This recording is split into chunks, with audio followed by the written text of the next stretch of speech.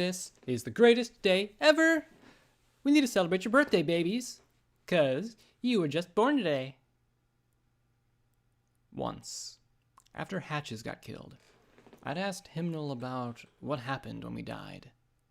The question seemed somewhat pertinent at the time. The answer she gave was simple. We went into the recycler, and some pony took our place. Finding an answer somewhat less than fulfilling, I pressed on. She attempted some muttered comment about how, when you died, you went to the afterlife to be reunited with the princesses and your loved ones. When she reported me to Mom, and one sore butt later, I learned not to harass our stable's duty-appointed spiritual leader. Personally, I was finding being dead not that much different than being alive in the ocean. It was black and quiet, and I couldn't feel anything. I was just nowhere. I had a vague sense of motion, but I couldn't tell or begin to tell you how I was moving or where I was going. I had no limbs to move, no heartbeat, no mouth to speak or breathe through. It was at this moment that I had my epiphany. Death is really boring. Mom had taught me about how the living dealt with death, but she'd been somewhat lax on what the dead were supposed to do. About a tiny pinprick of lavender light, far off in the distance, came to life, and with it I heard a single soft note, and felt a gentle pull towards it. Now, I know that most ponies say not to head towards the light. Those ponies failed to mention that there weren't actually a lot of other options. Considering how many bad choices I've made in life, what was one more? Though, considering how many bad choices I've made, I looked forward to Celestia punting my sorry ass straight to hell. I guess I could have fought against the pull, but I was tired of the darkness. As I moved, I could hear the tone more clearly. It wasn't one constant drone, but a single musical note that pulsed with a throb of the light, and another pulse accompanied the first one. I moved closer still and saw a second light, a soft orange point that sang with the other, and then a third was born, a cheery pink, then another majestic purple, teal, a pear, green, and gold. A pair of pink motes pranced and tumbled around each other with a tinkling like laughter, while a purple and lavender pair hovered attentively nearby, each with its own note, its own music. There were hundreds, thousands, millions. Wow. Stars. They weren't just lights in the sky. Well, they were, but they were other things as well. Like how, when you took a hoof and held it in front of one open eye, you could see both your hoof and whatever the other eye saw. But I didn't know what I was looking at. They were luminous things, strange and unusual and powerful. Some kind, most politely indifferent.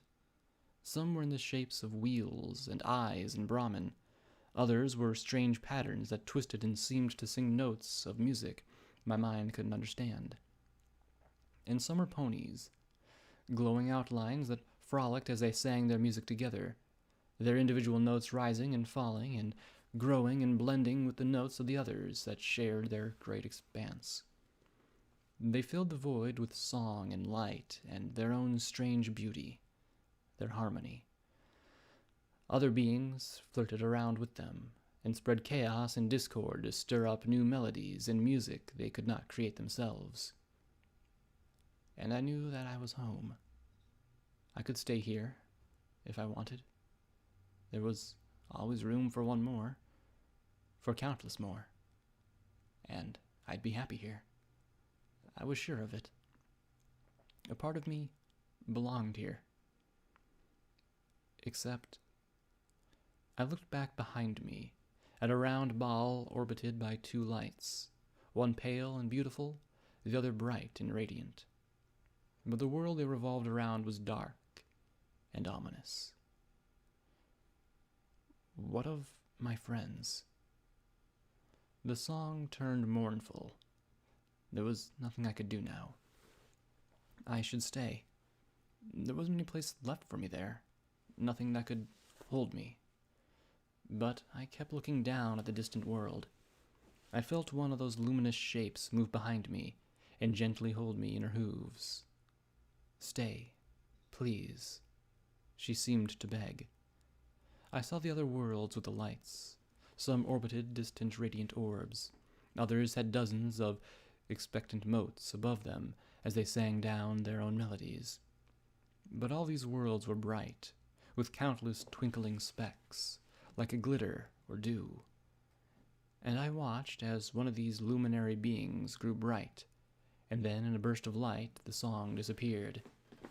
The glowing cloud left behind spread, and new lights began to settle on the other worlds, or birth new luminary beings. Even these things were not eternal. But in that darkness, beyond their light, I felt certain that there were things that were. I looked back at my world.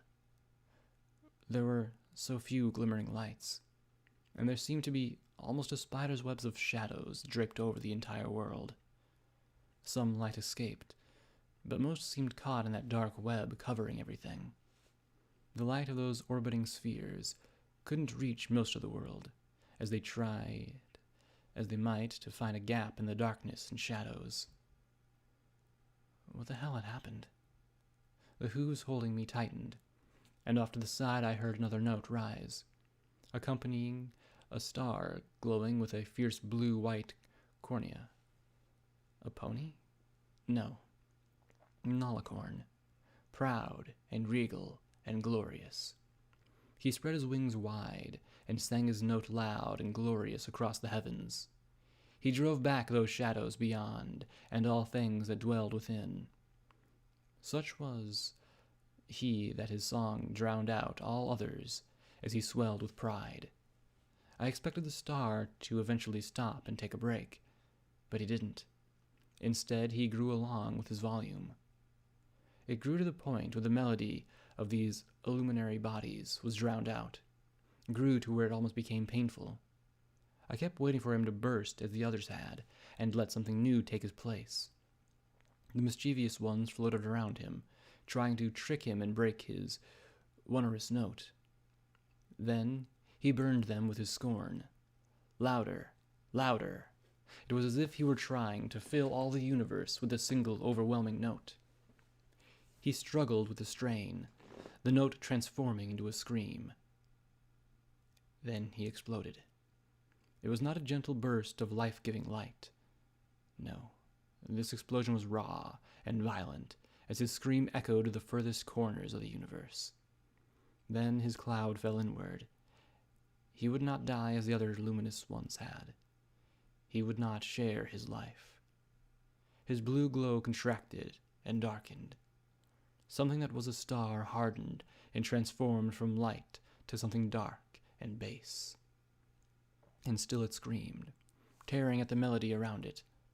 No trick by the sprites could stop it. No songs from the others could reach it. And the song died. The darkness encroached. Finally, a blue radiance altered its place in the heavens and plunged straight at the screaming mass. It sang its own ominous melody as it plunged in faster and faster towards the sullen ember, one song combating the other as they closed together. The impact and the blast of light filled the skies as the blue luminescence died and the screaming embers shattered. Only a dark and twisted core remained, tumbling through the heavens like a heart of black iron. Its scream rendered painful and thin. It flew towards the darkness, untouched by the stars. By chance, a world, green and rife, with tiny specks of ghost light, drifted too near. The twisted remains curved towards it, speeding as they plunged towards the highest snow-capped mountain. A blast shattered the great peak, blasting it apart into flying stone. An immense pillar of cinder and flame shot up, raining down in an ever-widening circle of destruction. More mountains split and shattered, vomiting great torrents of fire and surging floods of magma. The forests transformed into sheets of flame. The seas were poisoned by ash and pieces of the star. The sky was rendered black with clouds. Those fragile motes and their infant songs were snuffed out in an instant. From the great impact, a ring of stone formed, the pieces drawing together to collect the tiny specks of life. Sun and moon orbited the blackened rock. Eons passed, and I watched as the clouds thinned, and the first rays of sunlight and moonlight played on the blackened ground. The dead seas lay calm and still, the broken mountains finally silent. Where the dread heart had fallen was a vast bowl filled with black rock. The heart, its spiteful malice sated, slumbered. Its hateful mote dropped to a whisper. Rain fell, washing out the dust and smoke, and filling the bowl with a deep lake of dark water. Tiny patches of life began to grow beneath the passing sun and moon. The patches became bush and forest. Insects and fish began to populate the world once more. Then larger, more complex animals. Mountains rose and fell, and the world shifted and changed as life once more flourished. And then those motes of life began to sing their own simple melodies. Their songs became more complex, rising and falling and evolving.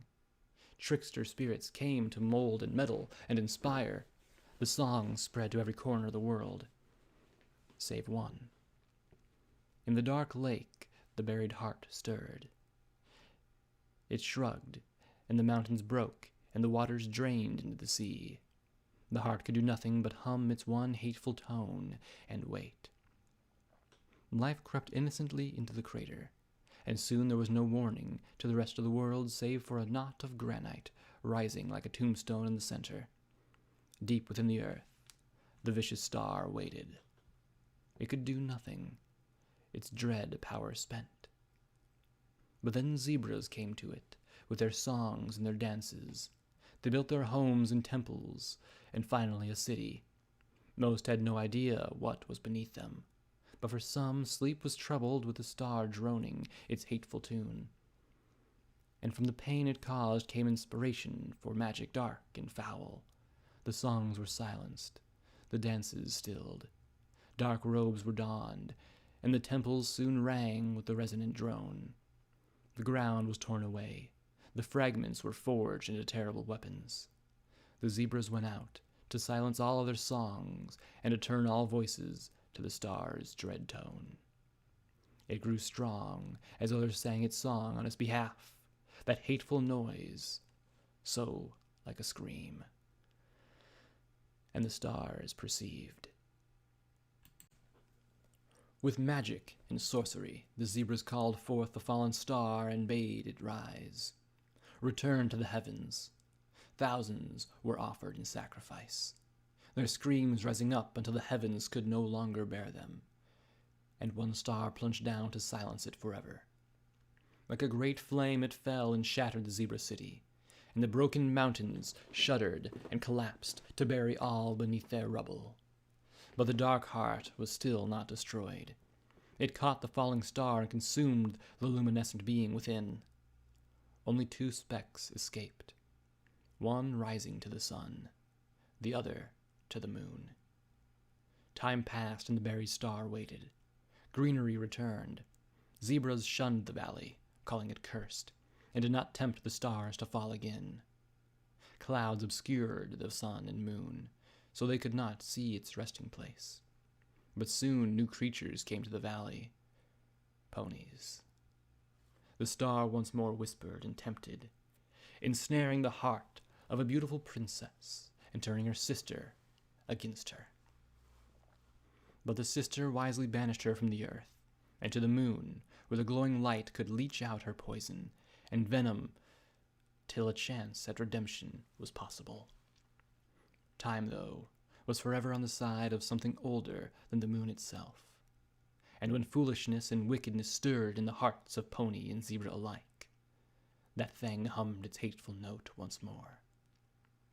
Ponies built their machines and weapons and spells and slew one another in bloody combat. The song was lost to a scream of hate and pain. This time, however, as ponies and zebras died, not all their tiny motes returned above. Many, a small fraction, but still so many, were snared in the spider's web and whisked to a dark heart. There the scream, the dark note, waiting, tempting another star to fall, to be devoured, so that the heart could be freed. And now I looked down at my dim world with a sense of horror and sadness. Was this true? A war between stars and monstrous things from beyond? A fallen star humming madness in the ears of ponies of Equestria? I wondered if I was crazy. I hoped that I was. That was all, just my brain making its last feeble attempt connection before finally expiring. This couldn't be true. It just couldn't. It was too big, too much, even for me, and the glowing ponies around me agreed in their song. But that was the point. Of course, it was too big for one pony, for one anything. That was why the single star, with its single note, had failed. Not even those glowing stars could keep back the darkness alone. It was when they worked together, combining their songs and changing, growing, that they could drive that vast and terrible darkness back.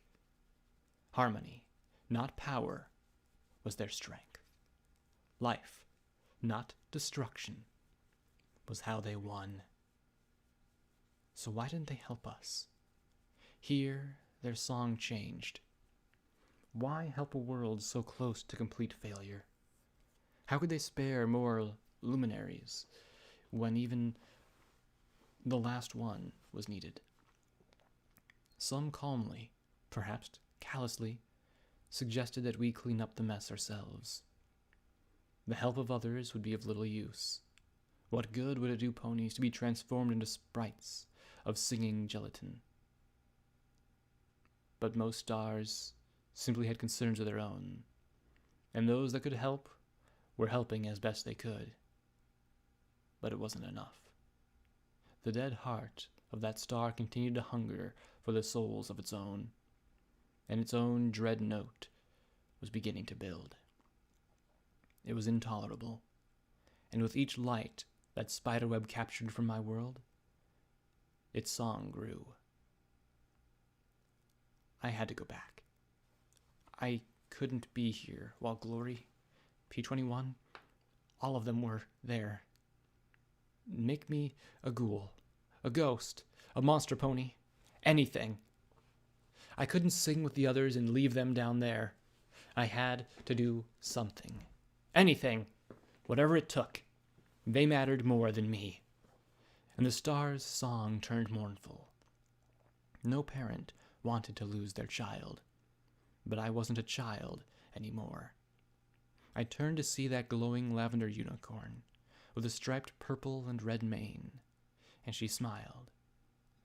Security saves ponies, she seemed to say.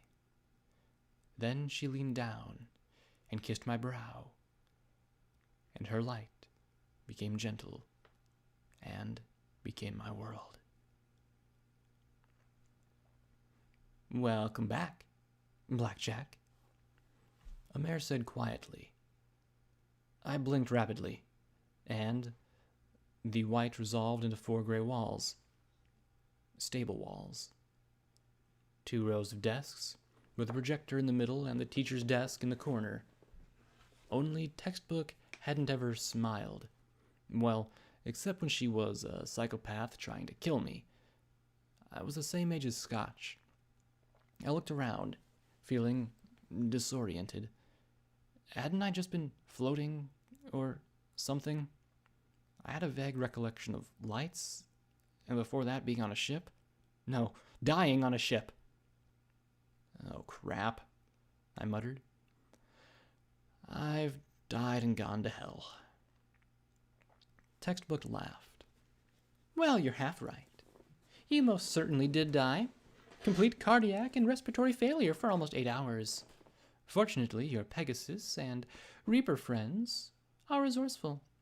Since Rampage is efficient at immortality, Glory was able to shunt her circulatory system into yours, keeping your brain and body alive long enough to reach your destination. Considering how Rampage healed, that couldn't have been pretty. So, are you Dr. Octopus or something?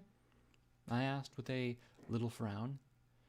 'Cause you're using a lot of really big words that make my head hurt. You don't remember us coming aboard?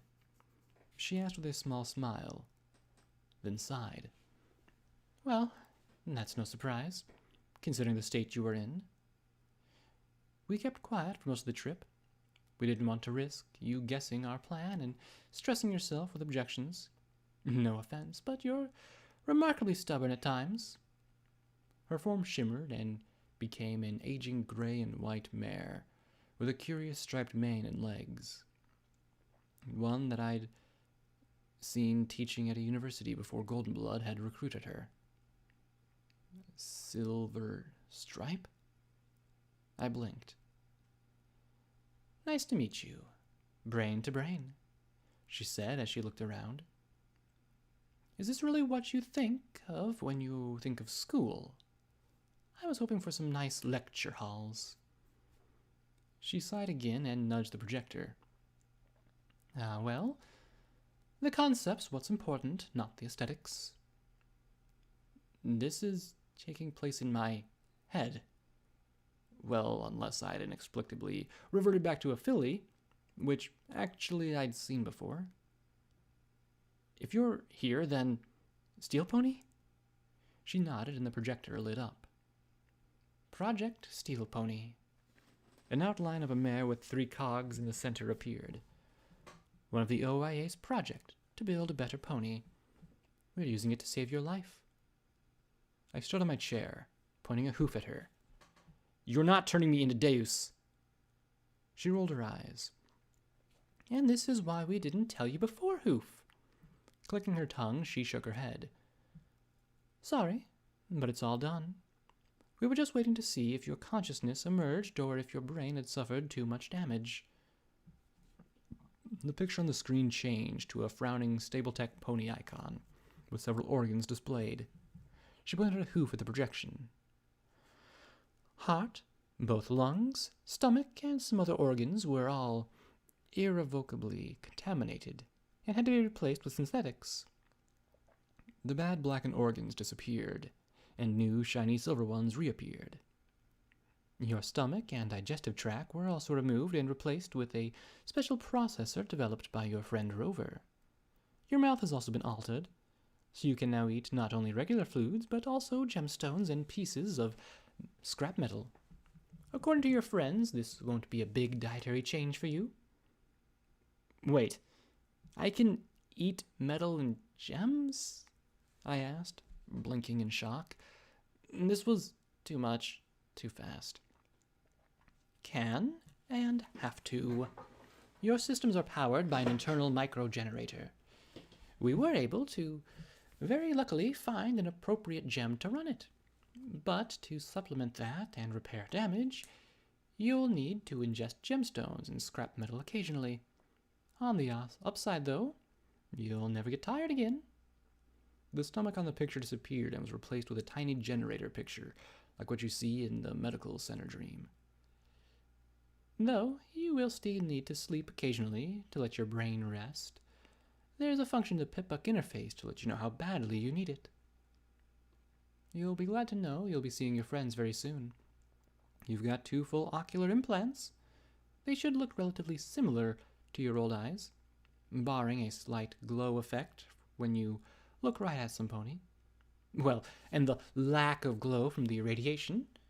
You're a rather unusual patient. She tapped the screen and 2 eyeballs appeared. You also had some brain damage. While we were able to remove the taint causing it, the damage itself was beyond our ability to repair.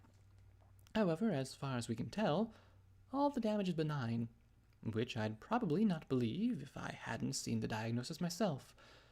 Of course, we won't know for sure until you're awake. Why am I not awake now? And am I going to have pistons and things sticking out of me? I asked in a rush. I remembered that sensation Deus felt every minute of his life, that feeling of machinery struggling with flesh. I fought to calm down. If this was what they had to do to save me, then... Wait. There had been something Zodiac had said days back. No. I looked at Silver Stripe in shock, and she blinked, then smiled and shrugged. You should be okay. We neutralized the remaining taint, and no, while Rampage suggested something along the lines of Deus or Rover, Glory thought you'd prefer something less blatantly mechanical. The legs appeared on the projection. All 4 limbs are reconnaissance grade, light and agile, with rubber soles to cut down on sound. You can still crack skulls with them, but not tanks. She sighed. Though why Rover insisted on adding... Professor, you said... The professor didn't look at me, keeping her eyes on the projection.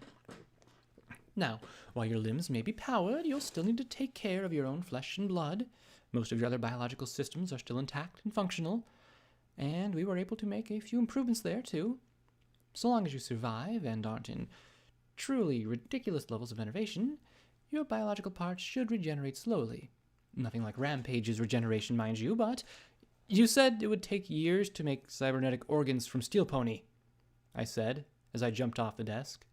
Oddly, I felt myself transform into my adult self as I trod in front of her. Did you lie to me about that?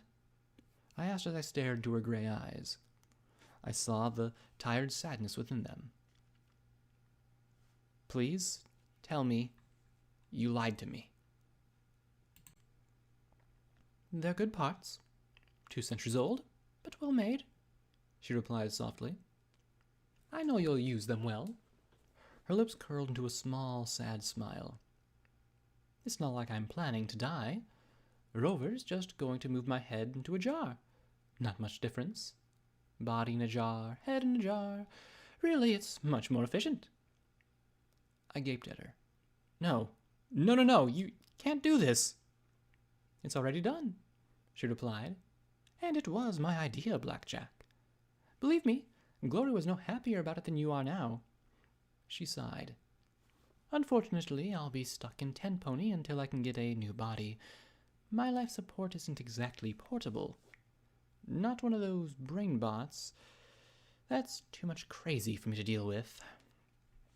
But why? I asked, my rump hitting the ground, feeling numb all over. You waited years to get your freedom. She looked at me for a long time.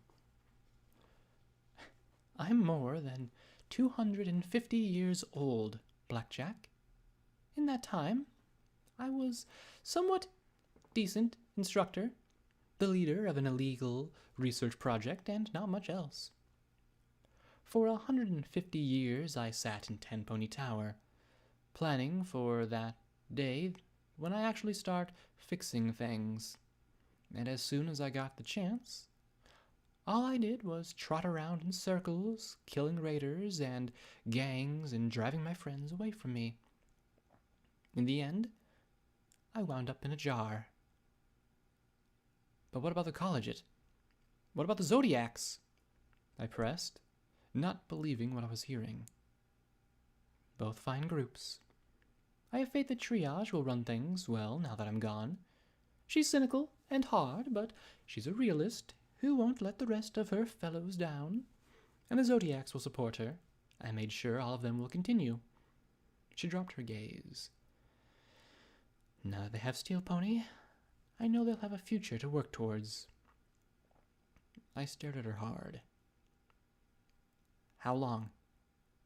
Excuse me? How long till you have a new body? Till you're trotting around like normal? Oh, that. Yes. Well, there are many different factors to consider.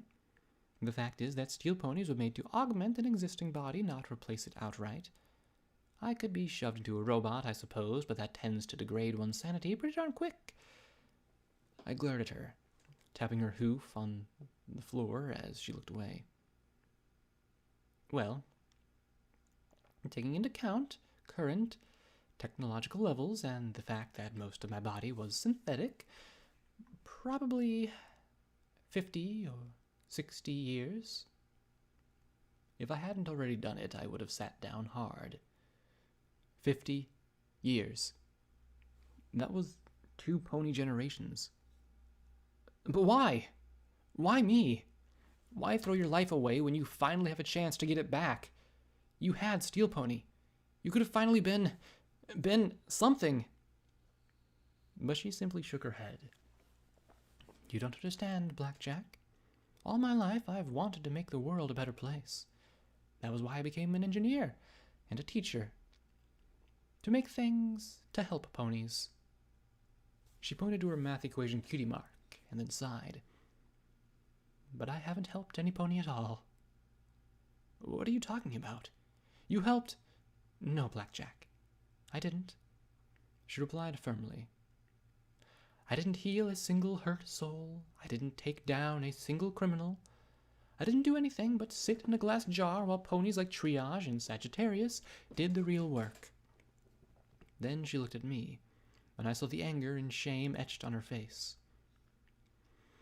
For 200 years, I watched ponies die. I stood in the background while my friends actually fought to change things. In the end, I accomplished nothing but losing their friendship. She gripped my shoulders. In 1 month, you...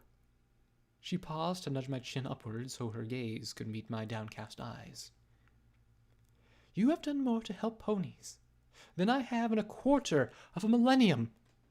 You have suffered and sacrificed and paid in blood, sweat, and tears. Do you understand how incredible that is? It's nothing. Luck and my friends. I caused more mess than I solved, I said, now the one feeling ashamed. She shook me once and forced me to look into her eyes. It's not nothing. You've changed ponies' lives for the better. And I won't let you die. Not when you have a chance to accomplish so much more. She closed her eyes. If me spending the rest of my life in a jar is the price paid so that you get another shot, then I actually feel like I've done something worthwhile. Something not undone by war and death. I stared at her for a long moment, and she looked away, her ears folding back. There's something else, isn't there? She closed her eyes. There is something else. Yes. She took a deep breath. You may be related to one of the ministry mares. What? That's ridiculous. I laughed, expecting a smile or something, some hint that it was a joke. She wasn't laughing, though. She simply looked at me, almost with pity. Completely ridiculous! How could I be related to any of the ministry mares? Who do you think that... What? 2 reasons, she replied soberly. The first is that Glory told me about the silver bullets and the black security cases they came inside. A picture of one of the silver bullet cases flashed onto the projection screen. Each one of these are enchanted so that they can only be opened by a very few select ponies or relatives thereof. I had a feeling that was a list that nearly matched every pony EC1101 was supposed to go to. The ministries used the security cases to transport very secret letters and small objects to each other towards the end of the war.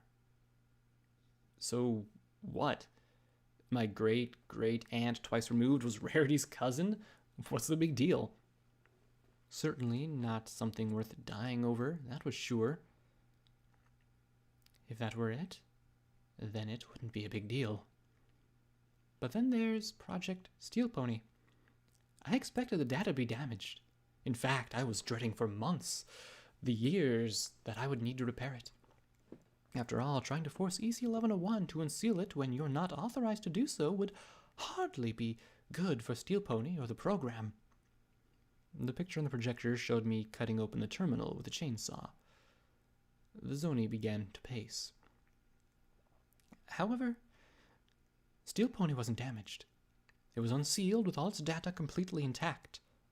There were files there that even I had forgotten about. The only way that would be possible is if EC-1101 actively removed the seal, and that would only happen for the direct descendant of a ministry mare or the princesses. I started the picture changing into one of me pushing a button with a hoof and the terminal saying access granted. But I thought of Fluttershy, Rarity, and Twilight. She gave a little smile. But that's impossible. I know. The Ministry Mares never married or had children. Rainbow Dash was widely believed to prefer the mares, but the others didn't, and believe me, they were under constant and intense public scrutiny. Only Applejack was ever in a confirmed relationship, and even that was often regarded as questionable. Yeah. What was with that? I asked with a small frown. I mean, the whole no dating, no kids thing. The Zoni sighed and shrugged. It was a prevailing attitude during the war. So many were giving so much in blood, sweat, and treasure that it was seen as indulgent. The Ministry Mares were supposed to be working on winning the war full time. Towards the end, I'm afraid, the public would have been outraged at any act of self-indulgence. I heard Luna herself asked Applejack to postpone her relationship with the buck she was dating until after the war was settled. The closest one ever came to being married was Rarity to Prince Blueblood. I understand her rejection was quite legendary. Yeah, he was still feeling it 2 centuries later. I sighed as I rubbed my leg. I felt flesh and bone here in my head. So, what does it matter if I am or not? I mean, if I remember correctly, EC-1101 goes to each of the people in line of succession and then to a descendant, and that was broken or something? As far as EC-1101 is concerned, I don't know how or if it will matter. But there are other considerations too. Great, lay it on me. I was now part robot and apparently the great-great-grandkid of one of the Ministry Mares. I could take it. You see, in order to purge the taint saturating your system, we had to have access to a spell held by the Twilight Society, a group of ponies descended from the MAS researchers who survived the bombs. They controlled Ten Pony Tower, where we, physically, are now, and unlike us, they had some very specific demands. So let me guess, I owe them 1,000,000 bits plus my firstborn? I asked with a snort, knowing that would never happen. No. What they want you to do is try and open a door, she said grimly. A door that can only be opened by a Ministry Mare. One particular mare. Twilight Sparkle. I wondered if the Twilight Society could have just asked the goddess. Twilight was part of it now, somehow. Right. A 1 in 6 chance is better odds than they've had in ages, she said quietly. If you can't open it, then I'm sure they'll pat you on the head and send you on your way. But if you can, then they'll try to get their hooves on whatever's inside. She looked at me soberly. But if you do open that door, that means everything inside is yours by right. I know you're inclined to give things up, and I know that they will plead their need. Trust me, it is a lie. For 1.5 centuries I worked with them. Whatever help they need is nothing compared to the help they've denied others. They could have dedicated themselves to improving the wasteland. Instead, they turned Ten Pony Tower into a gated community and turned away every pony they couldn't either exploit or use. And the second you turn the room's contents over to them is the second they will boot you and your friends out the front door. Well, that sounded pleasant. But, Professor, I don't want you to be trapped like this. I felt as if she was going to die or something. Was it just me, or was everything starting to get hazy around us? It looks like the sedatives are taking effect. She put her hoof to my lips. I've had years to come to terms with this. You saved Capricorn and Pisces. You gave a steel pony, even after I tried to trick you. By destroying the Celestia, you saved the Collegiate as well. I have no doubt that Steel Rain would have destroyed us if we resisted, and if we surrendered, well... She closed her eyes as she smiled, looking tired but happy.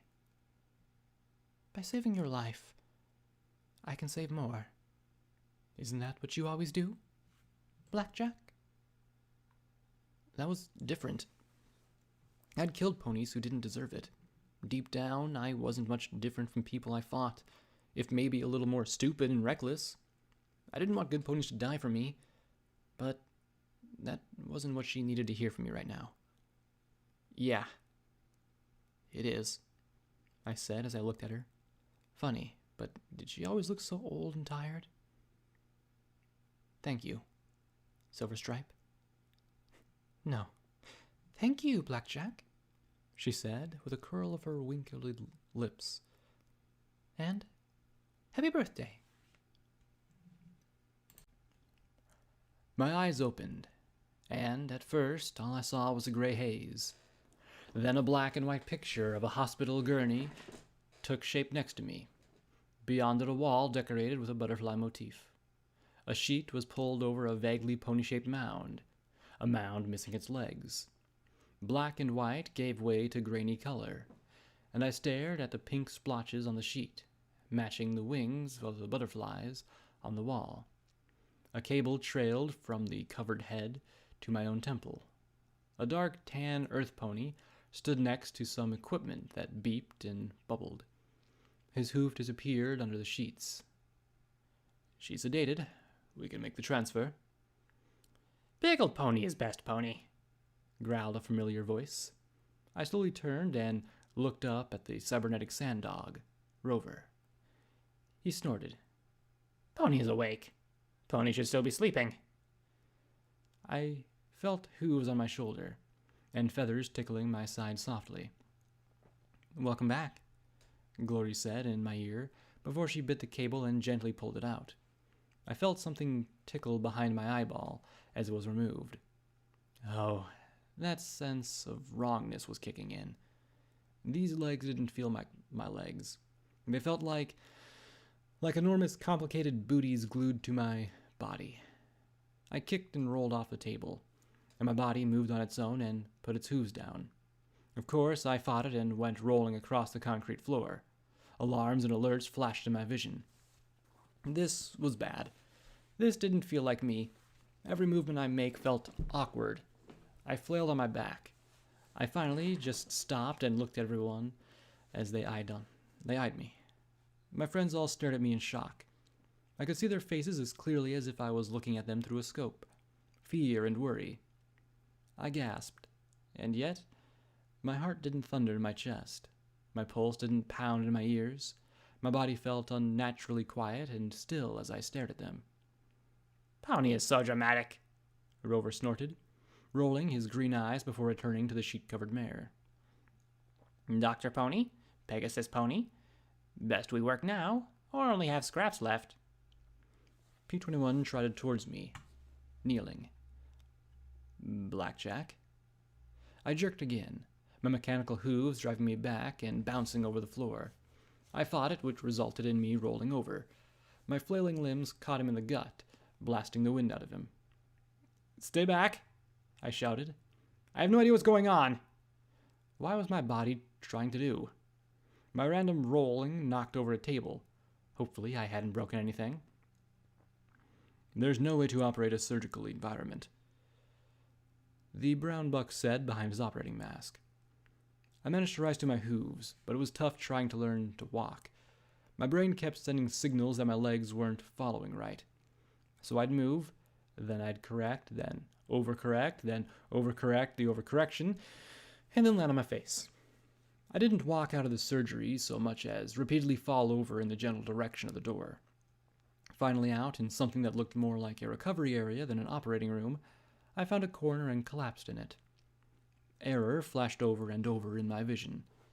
That seemed to sum up everything in me right now. Rampage, P21, and Scotch trotted over to me.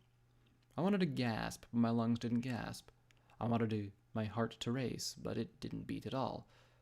They stared at me. P21, in pain as he held his gut. Rampage stepped closer. Blackjack. I closed my eyes, then looked at her again. A targeting icon appeared on her head. Then I looked over at P21, and watched the blue crosshairs lock onto his head as well. And Scotch. I clenched my eyes shut. It was the only way we could save your life, Scotch said softly. Sorry I lied, she added as her ears folded back. I looked at her and gave her a small smile. Alive. I was alive. My friends had worked their asses off to save my life. I could see. I could, at least in theory, walk without feeling like a cripple. I'd been given a second chance. So why was I so upset? Would I seriously have preferred being dead to this? I'd been given a second shot. Was this really how I was going to treat it? Slowly, I opened my eyes again, and thankfully they weren't throwing targets all over the place anymore. Things still felt off, a sort of nagging discomfort where my shoulders and hips met my body. It didn't hurt, exactly. More like my brain wasn't sure what to make of it. At least my mutated limbs had been a part of me. Now it felt like half my body was wrong. But I'd gotten used to faking it. No problem, Scotch. I probably would have freaked out horribly if you'd told me the truth, I said as I tried to hug myself. Again, my legs went wonky and jerked spasmodically. We weren't sure you'd make it, Rampage said with a little frown. We were hours away from Manhattan when your heart stopped. Rover had some pipes Glory was able to jam to my chest, and yours to keep everything from going inside you. Thrush set a new speed record, and once we were at the tower, Lacuna got the army outside to let us in. She jerked her head towards the window. Red Eye probably has 1,000 troops surrounding the place, but apparently no pony messes with Alicorns around here. They stepped aside, easy as you please. Then she stayed behind. Said the tower wouldn't be friendly to her. P21 nodded. They almost didn't let Rover and Rampage in. They insisted that we turn over all our ammunition, the armored mare said as she looked at her. Hoofclaws. I think they realized at that point that was a mistake in their security policy. Actually, I think they were going to shoot me on general principle. Can you imagine? Nearly had to commit a bloodbath just to be allowed inside, she said with a little pout. Fortunately, they reconsidered when I shot myself in the head in front of them. For some reason, that just cut right through all the arguments. Somewhere in Tenpony, I was sure the head of security was either taking antacids or shots of hard liquor. Possibly both. I made myself smile. Tell me you behaved yourself? The three of them relaxed, clearly. I hoped that meant that they didn't see me trying to squirm out of my own limbs. She inhaled and rolled her eyes. Please. One pony did say something about zebras and filthiness, but when I asked him to elaborate, he suddenly remembered an appointment, Rampage said as she tapped her chin. There may have been claws on tile, too. Hard to say. You're on Mentols again, aren't you? P21 asked her flatly. I've been out for days. I finally got to replace my stock. She giggled as she bounced on her hooves in a very glittery circle. These 10-pony guys always have the nicest shit. Yeah, Well, they provided the very nice hospital to put him back together again, I said as I looked at the clinic. What about Rover? I couldn't imagine being in a tower full of ponies was good for the old dog. He's staying out of sight. He doesn't like ponies, and ponies don't like him. Apparently, when Zodiac asked him to do the surgery, he was quite something, P-21 said as he looked back into the operating room. He wanted to make sure she was taken care of. I guess there aren't many folk in Equestria like them. When Gloria used your broadcaster, she got help from all over the hoof, Scotch said with a grin. Sure, Sanguine made his snotty offer, but so did the professor. Well, not snotty in her case. Dusty Trail sent a box of gems straight quick. Bottlecap didn't have any parts, but she said the vendors took up a collection for when you were better. Hell, even Caprice sent you a whole case of quality chems, plus every chunk of Deus she could find. Apparently she only sold Zodiac the back half and was still trying to figure out what the front end was really worth. You mean I have pieces of Deus in me? No wonder my insides felt off. I could almost hear tiny metal parts inside me screaming, "Cunt." A few. Apparently she had to extract some sort of metal stuff to strengthen your bones, or what used to be your bones. And there are some other parts in there too. She replies softly, not quite understanding my reaction, but then she hadn't been chased halfway across the hoof by him. Pieces of Deus, pieces of the professor. Is there anything that's left that's original? I muttered, looking at my hooves and tapped them together idly. Can't you just be happy to be alive? P-21 asked with a little frown.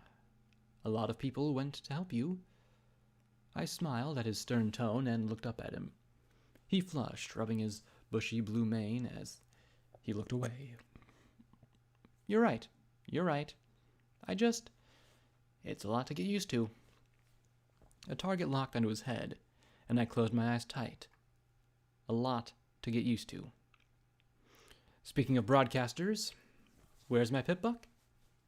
P-21 reached over, took my left hoof, and pressed on a plate. It slid away, and there was a familiar screen. It's built in now. You don't need to cover it up anymore. They'd have to take your leg off to get it now, Rampage said with a grin. Then she frowned and rubbed her chin. Of course, I'm pretty sure Psycho Shy and Sanguine wouldn't have a problem with that, so I wouldn't get too comfy. Right, I chuckled mirthlessly. Comfy. Blackjack? What's wrong? Scotch asked.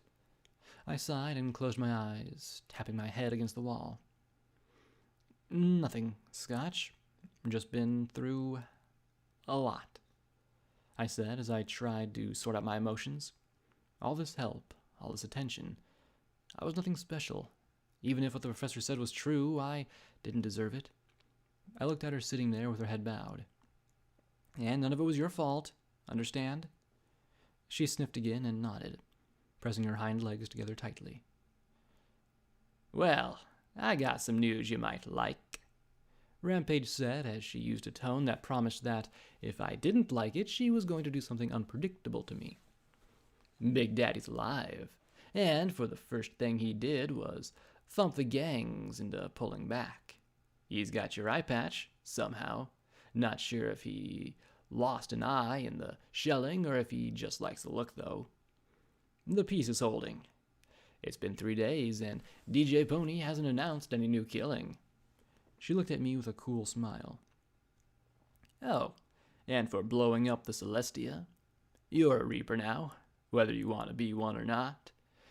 They're scrubbing out Daze's room for you. Well, so long as everyone understands that I'm one lousy Reaper, I said as I closed my eyes, then frowned and peeked, catching the three of them giving me a rather skeptical glance. I gave a stern look, and all of them blinked and grinned. Absolutely. Blackjack, worst Reaper ever, Rampage said, and Scotch nodded quickly along with her. P-21 chuckled. Things are a little messier on the Steel Ranger side. Apparently, the entire order has gone crazy. A group of them actually attacked the Stable Dweller's stable. Then there was Rain's shelling. Some nasty business elsewhere. The whole thing's blown up all over their faces, though. And apparently Crunchy Carrots didn't make it. Good thing, or she'd probably be shot for having lost their base. Stronghoof rallied the survivors, but he needs somewhere to operate from. What about Steel Rain's followers? No idea. He left things a mess when he died, but their whole order is screwed up at the moment, P21 said with a shrug. They don't even know if he drowned or got vaporized when the Celestia blew. So, I said as I rubbed my head, that leaves the Enclave, Red Eye, the Zebras, and their tank. Actually, I don't think that was their tank, Rampage said as she fished out another Menthol from her pouch. It was striped? Scotch Tape said, wisely omitting the duh. Rampage rolled her pink eyes. I mean that, while that was a Zebra Behemoth-class tank, I doubt it was fighting for just the Zebras. The three of us looked confused as she popped a Menthol into her mouth and chewed. No pony knows heavy armor like that on a bunch of infantry. It's stupid. They just scatter and call in air support, artillery, or more armor of their own. If we're a Zebra tank, I'd like to kick the shit out of their commander for not using the fire team to pin us down. 2 sniper teams and we'd have been dead meat. Or a melee specialist unit. Twist? I asked softly. She smiled at me, then blinked. What? Just making sure I know who I'm talking to, I said as I glanced at P21 in Scotch. The striped pony chewed thoughtfully. My guess is it wasn't Zebra, so some pony else has a Behemoth-class tank after you. Well, that's so much better, P21 muttered sarcastically. Actually, it is. One tank is pretty easy to avoid if you're careful, but you get a few dozen foot soldiers pinning you down so that it can blow you to pieces, and you'd better hope your air support is top-notch. The striped mare said matter-of-factly.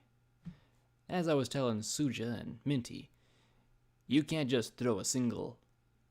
Then she blinked as she looked around. Wait, something's the matter.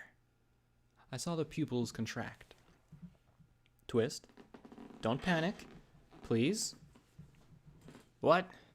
What's happening? Where am I? This isn't Mare. Where's Peppermint? What happened to her? She began looking around wildly. Where are they? This is a hospital. Are they hurt? What's going on? I sighed. I couldn't have her freaking out now, in the middle of 10 Pony Tower. Rampage! Please don't make me have to hunt down a gun to sedate you. I sure didn't want to find out how busted my horn was. The pink eyes blinked as she stared at me in horror, and then slowly they relaxed.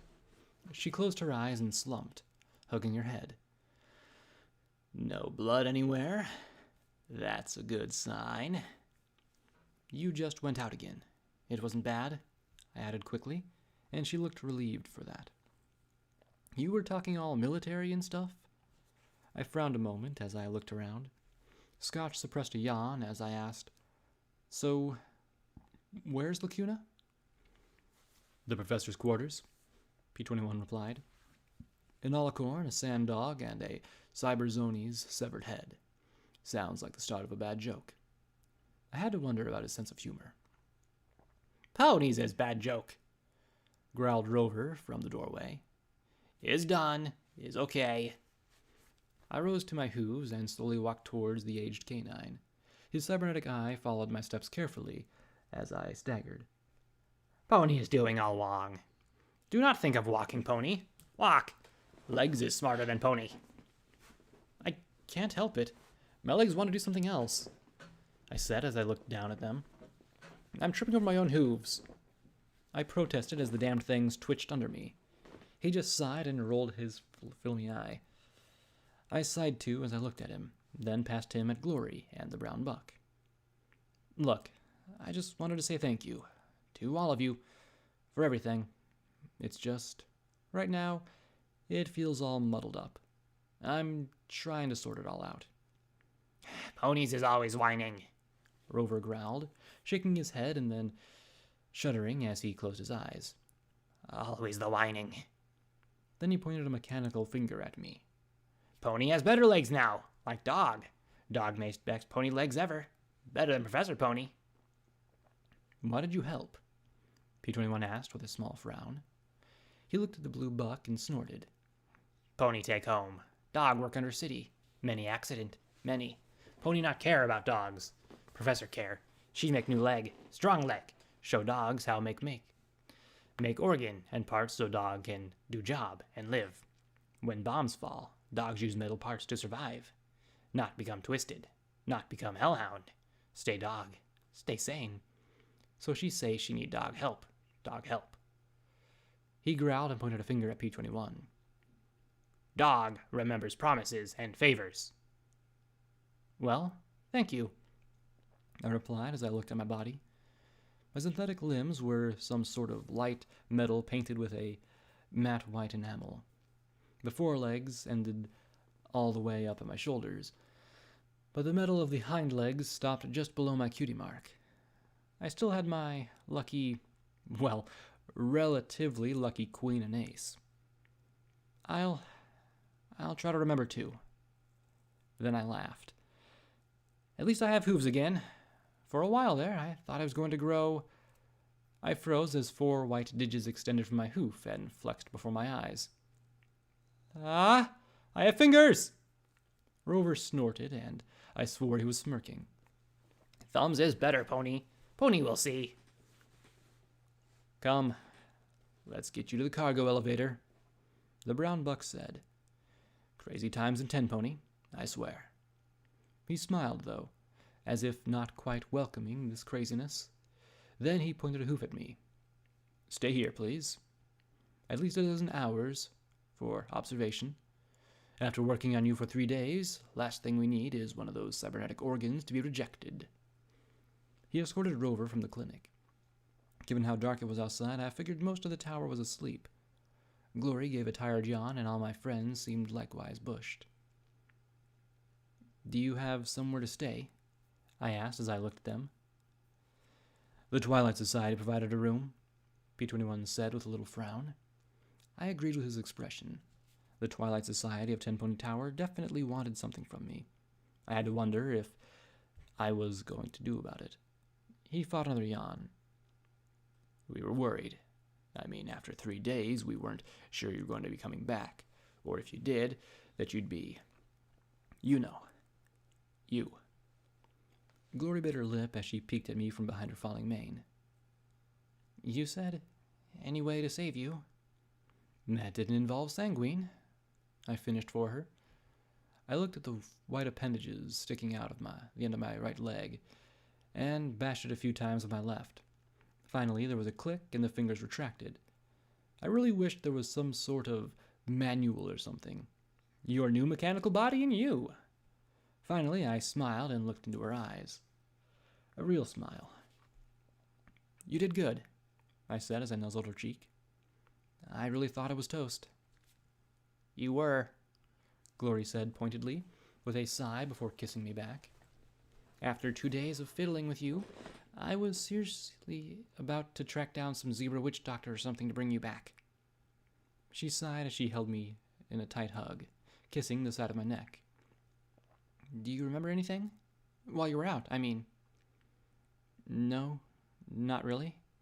Something about stars, I think, I said softly before I pulled back.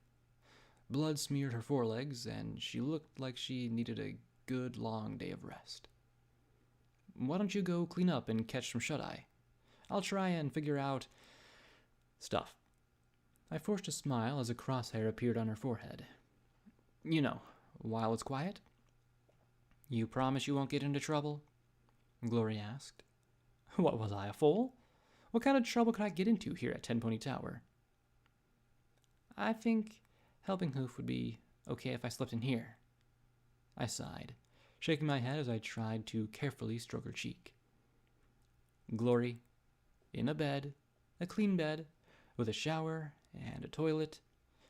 I sighed again. Now I was really wishing that I could go with her. Maybe I can leave Helping Hoof a note? I looked at the enamel coating my limbs. Hopefully they were waterproof. Already disobeying doctor's orders? It's his clinic. Try to follow. She yawned and swayed. Rampage caught her before she staggered. I think we should all go, P21 muttered as he rubbed his eyes. It's late. Or early. Somewhere between the two. He pointed to some boxes on the corner. Your things are over there, along with a bunch of stuff folks gave us to give you. We were going to do a party, but I don't think any pony expected you to pull through so early. You all go ahead. There's not much I can do anyway, besides figuring out complicated skills like walking. And according to the refreshing familiar face in my pip-buck, I wouldn't need to sleep again for a few more days. Minimum. After watching my friends leave, I walked back to the operating room, every third step sending me staggering as I overcorrected. I felt a stab of guilt at the bloody mass left behind. I had to do something about it. I looked around the back room and found the janitor's closet. I stared at the door handle and concentrated. I knitted my brows, grit my teeth, and crossed my eyes trying to get my horn to work. Just as much nothing as when Lacuna first regrew it. I was a horn-headed earth pony now. I sighed, opening the door with my hooves, found a bucket and filled it up, and added some Abronco detergent. I started to clean up the blood that smeared the floor and operating table. On a counter was a large jar covered in a sheet, a monitor machine next to it. The talisman hummed as it beeped softly. I was halfway through cleanup and probably making more of a mess in the process when the brown book returned. He looked at me in surprise as I squeezed out the dirty sponge between my hooves. You know we have janitors for that. It's my fault there's a mess. The least I can do is clean it up, I said softly as I scrubbed the floor. He looked at me curiously. Actually, most of it was from Rover removing her head. Say what you will for neatness, those claws of his can sure dismember a pony. He said he's got a sponge as well. You don't have to do that, I said as I started cleaning up the mess from the other side. It's no trouble, he began. You don't have to do that, I snapped. I stared at him in shock. I looked down at the dirty floor, my eyes targeting soapy bubbles now. No pony should be troubled on my account. I'll clean up. He just stood there for almost a minute, watching me as I worked. You really hate yourself, don't you, Blackjack? I stared at him for a moment, half in confusion and half in fear. You don't think we should have saved you, do you? I'm glad Glory did, I said as I looked back at the mess I was making worse. No doubt. She's happy, which makes you happy. In fact, if Glory wanted you dead, you'd probably shoot yourself just to make her happy. Helping Hoof said with a little chuckle. What I mean is, you don't think you deserve to be saved, do you? I didn't answer. I just sloshed the dirty water as I stared down at the sponge. Finally, I said quietly, There are better ponies. Ponies who should be back. I sighed softly, closing my eyes. Scoodle, radishes, mallet, tar boots, elder crunchy carrots, roses, thorn. I clenched my jaw. Marmalade, rivets, midnight, mom. So why is it that I get to die and come back, yet they get to stay dead? I wanted to gasp. I wanted my heart to pound. Instead, everything inside me went still. The professor, Glory, my friends, every pony, they all think I'm special. That somehow I'm important or better or something. How can they think that? I asked as I just stared at him. I've screwed up so many times. How is that I'm worth giving a second chance? Helping Hoof just chuckled and shook his head. Because folks like you, Blackjack. You're a good pony. I'm not, I muttered, squeezing out the sponge. I'm not special at all. He sighed and then barely suppressed a yawn. You don't feel you're worth the help others give you. You feel that there's some pony better who should get it. So you feel guilty, and when half the hoof springs to action to help you, you feel bad because you don't think you deserve it. I looked at him curiously. I hadn't thought of that. He asked for a minute. Do you think your friends show good judgment, Blackjack? That's a good question. P-21 follows me into irradiated tunnels. I've shot Rampage in the head on more than one occasion, and Glory loves me. He laughed as he squeezed out his sponge. I smiled despite myself.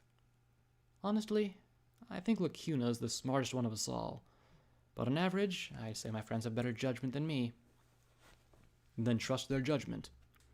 If they, and so many others, think that bringing you back was the right thing to do, then trust it. Except it's good and worthwhile. He smiled. But if you insist on cleaning up, then by all means. I'll be in my office. I watched as he stood, dumped the bucket of dirty water into the sink, set the bucket down, and started to leave. I blinked as I watched him go. So, you're going to let me just clean it up on my own? He looked around at the mess and then at me. Well, we could talk about it, but you'd just say you're not worth talking to. We could fight over it, but you'd just thump my rump. The brown buck chuckled as he shrugged. At least with cleaning therapy, you work off some of your guilt issues, and I get a clean operating room. And with that, he trot out and left me to my work. I laughed despite everything, shaking my head. Security. Blows up battleships and cleans floors. All I had to do was learn to cook, and I'd be perfect. I played some of Mixer's finest. And an hour later, I had the room as clean as I could get it. The constant activity was helping me figure out some of the weirdness in my body, too. Finally, I dumped out the buckets and put everything away. I looked at the covered jar next to the beeping equipment, but couldn't bring myself to look inside. After all, what would I do if she looked back? Instead, I trotted out into the recovery room, glanced into the small office, and turned off the tunes. The brown buck had his head on his hooves, snoring brokenly as he slumped over his desk. I sighed, looked around, and spotted a threadbare pre-war jacket. I draped it over his shoulders and then closed the door behind me. So, what was there to do at Ten Pony Tower at 2 a.m? I trotted over to the crates. Birthday presents in '99 were usually some extra portion of recycled yogurt or maybe a free bump to the head of your breeding queue voucher.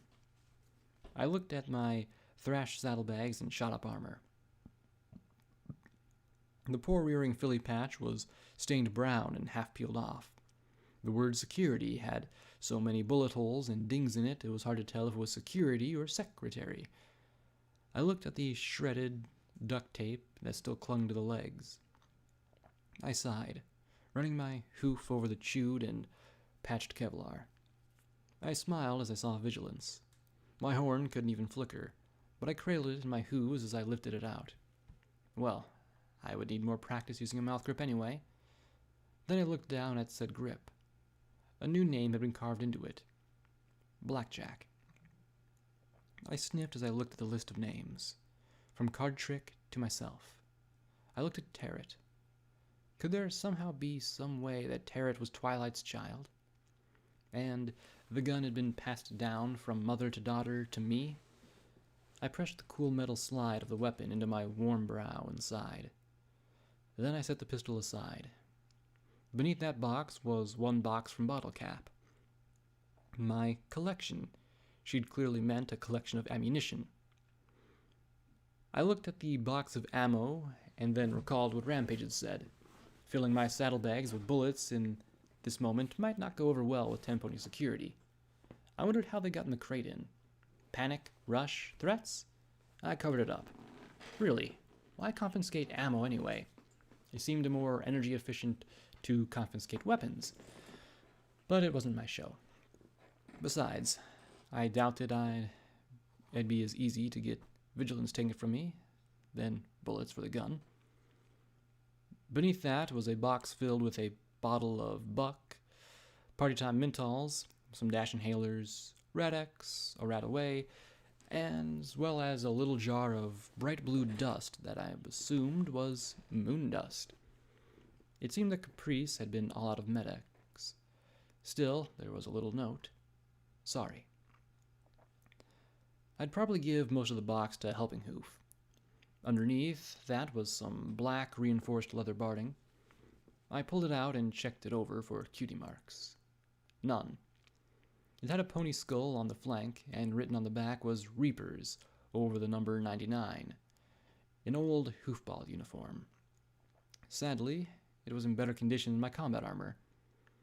It looked close, and I saw that 99 had once been 66, altered just for me.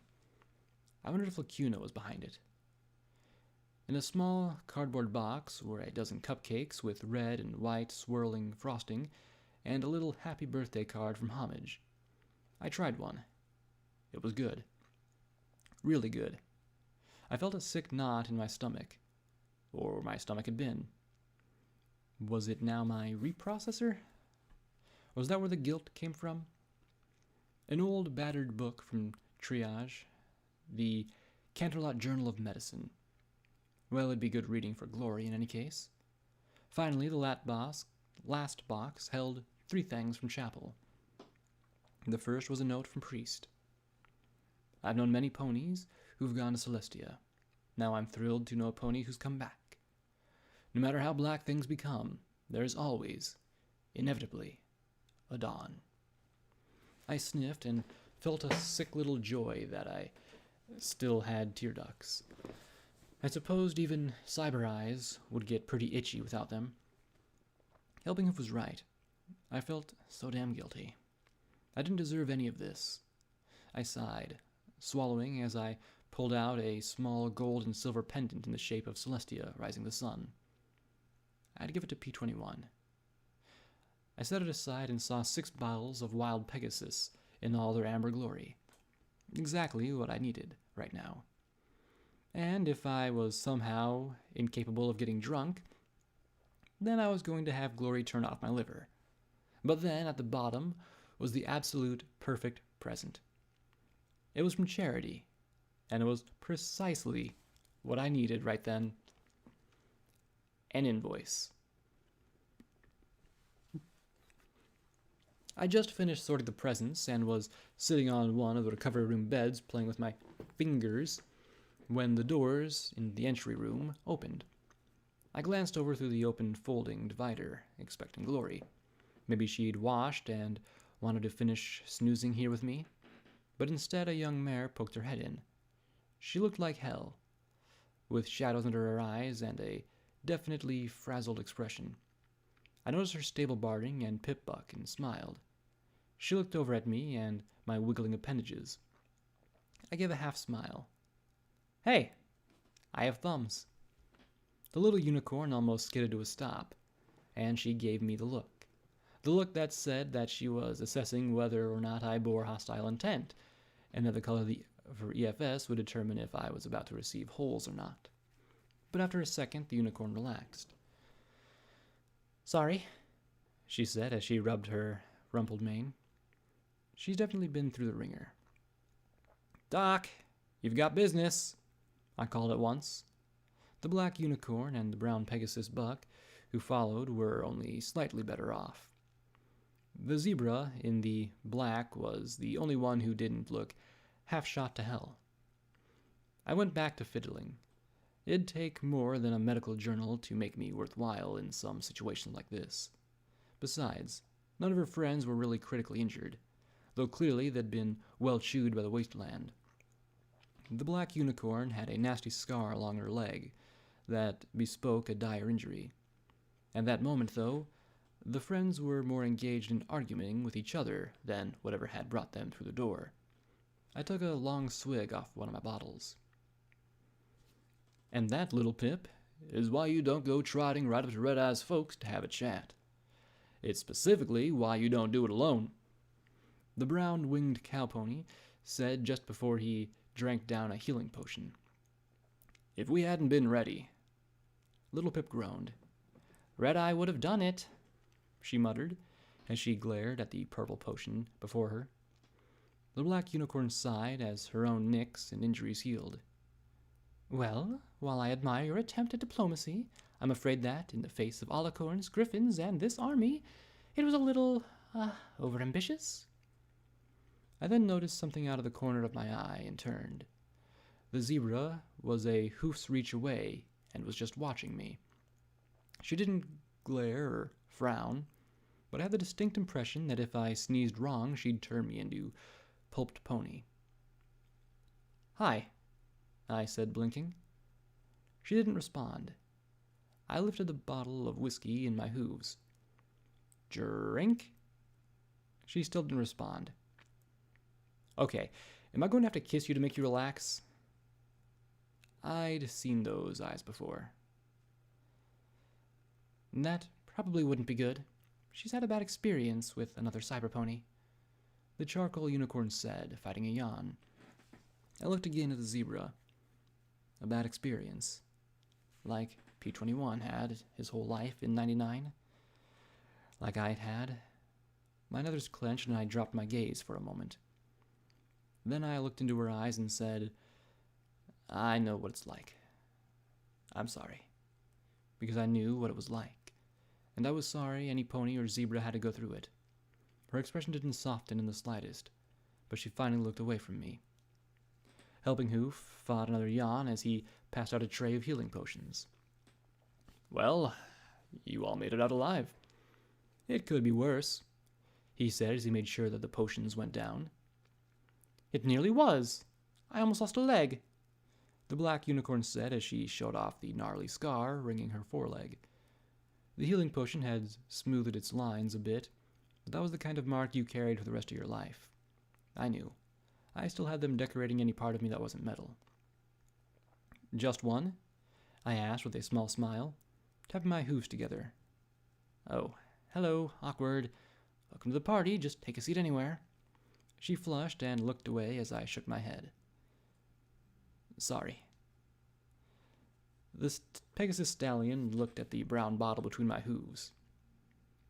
Is that Wild Pegasus? I couldn't help it. I grinned and said in my best Dusty Trails drawl, Surely is, partner. Only the finest single malt whiskey made from the greatest barley in all of Equestria, stored in oak casks for a minimum of 10 years and bottled in custom enchanted preservation bottles. Guaranteed to ruffle your feathers, curl your tail, polish your horn, and get you good and fuckered up. I knew that from the back of the label. He nickered, his eyes lighting up like he'd just seen the sunrise. I tossed him the bottle. He blinked as he caught it with his hooves.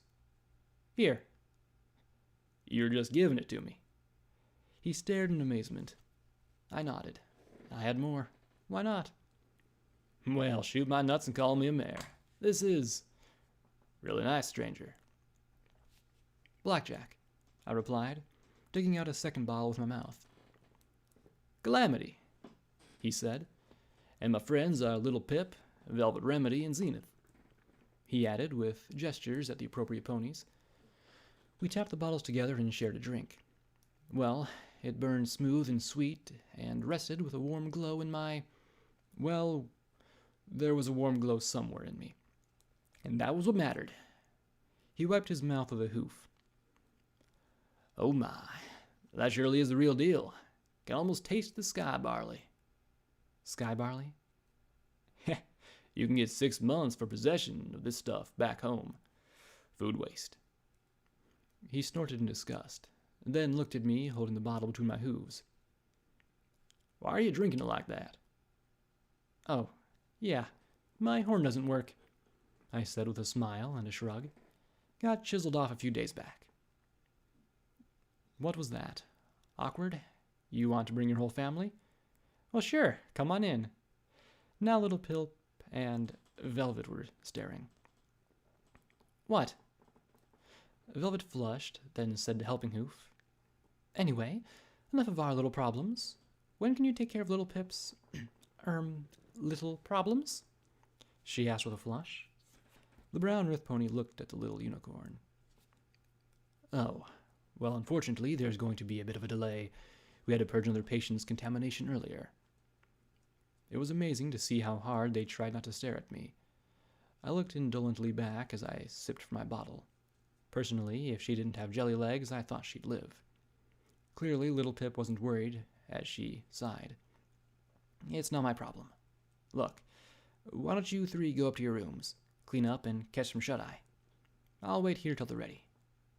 Velvet frowned. I don't know. I think one of us should stay with you. Little Pip scowled slightly. Calamity or I? I get a bottle of wild pea, and you're telling me I have to drink it alone? Calamity whined, wagging his eyebrow at the black unicorn.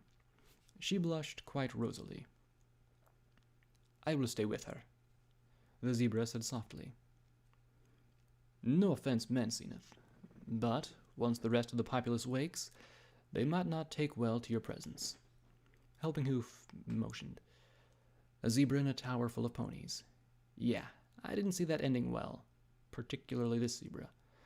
She reminded me of Lancer rather than Sakashi. At least you could laugh with Sakashi. Zenith scared the piss out of me. I'll do it, I said as I sat back on the bed and claimed it for my own. The four looked at me as I took another sip of the bottle. What?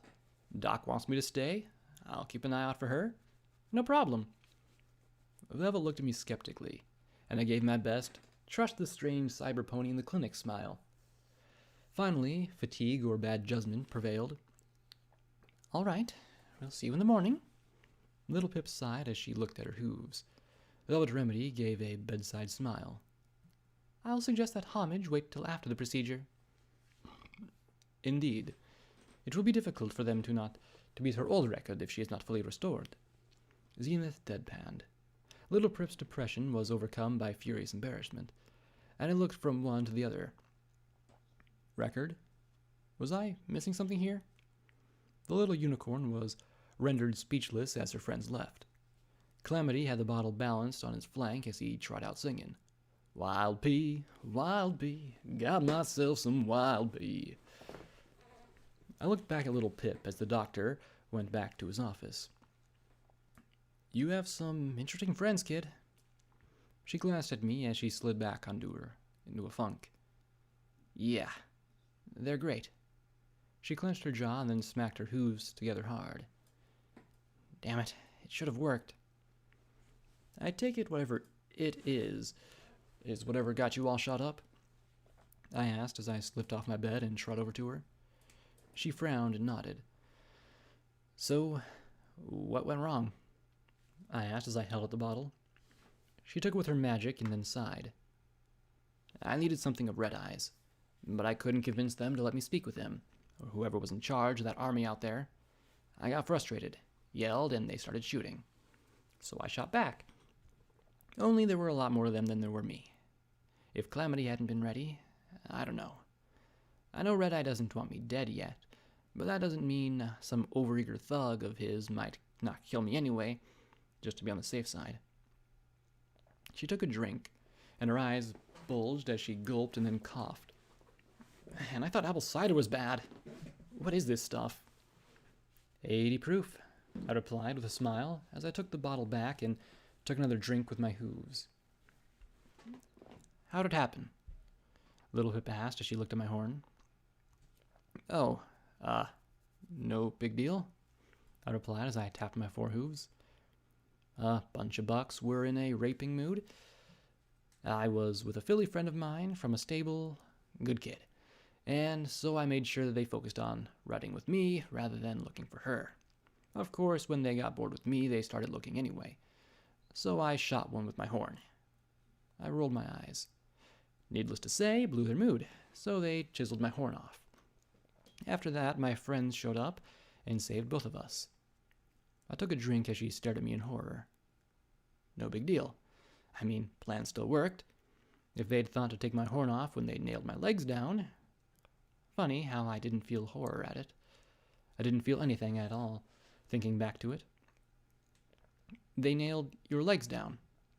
She asked in a low voice. Yeah, had to cut them off, I said softly and tapped my hooves together with an awkward clank. Then my friends went and got me new ones. New legs, new eyes, new organs. I sighed. You don't sound very happy about it, Little Pip said quietly. I can't imagine having parts of me replaced with... She trailed off, closing her eyes. I gave a sad little smile. I'd mentally kicked myself for that, too often to miss it. I sighed as I swirled the bottle. I know I wouldn't want to be in your shoes, she finished. Even if the alternative is being a corpse? I asked, arching a brow. She looked, then frowned and sadly shook her head. My friends moved heaven and earth to save me, I said. You'd think I'd be all yippee-skippy, but I don't feel like myself anymore. I feel like a thing. This thing that was once blackjack, but now I can't even do magic anymore. I'm a half-metal-horned earth pony now, and all my friends are so desperate for me to be happy and thank them and stuff. There was a pony I knew.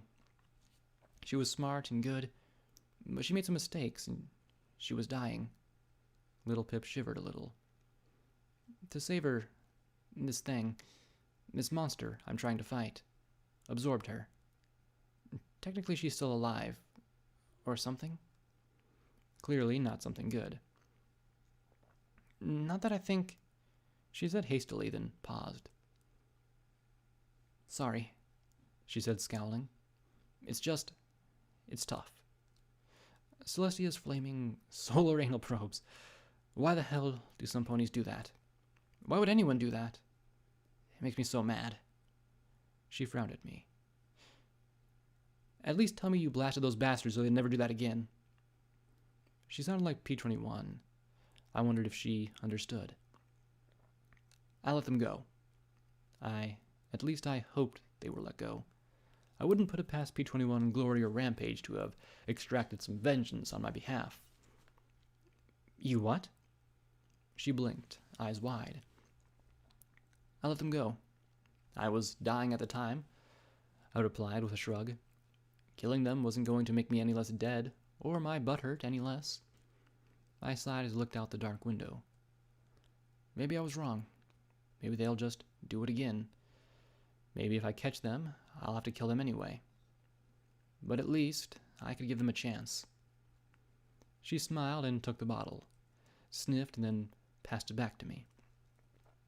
You're amazing.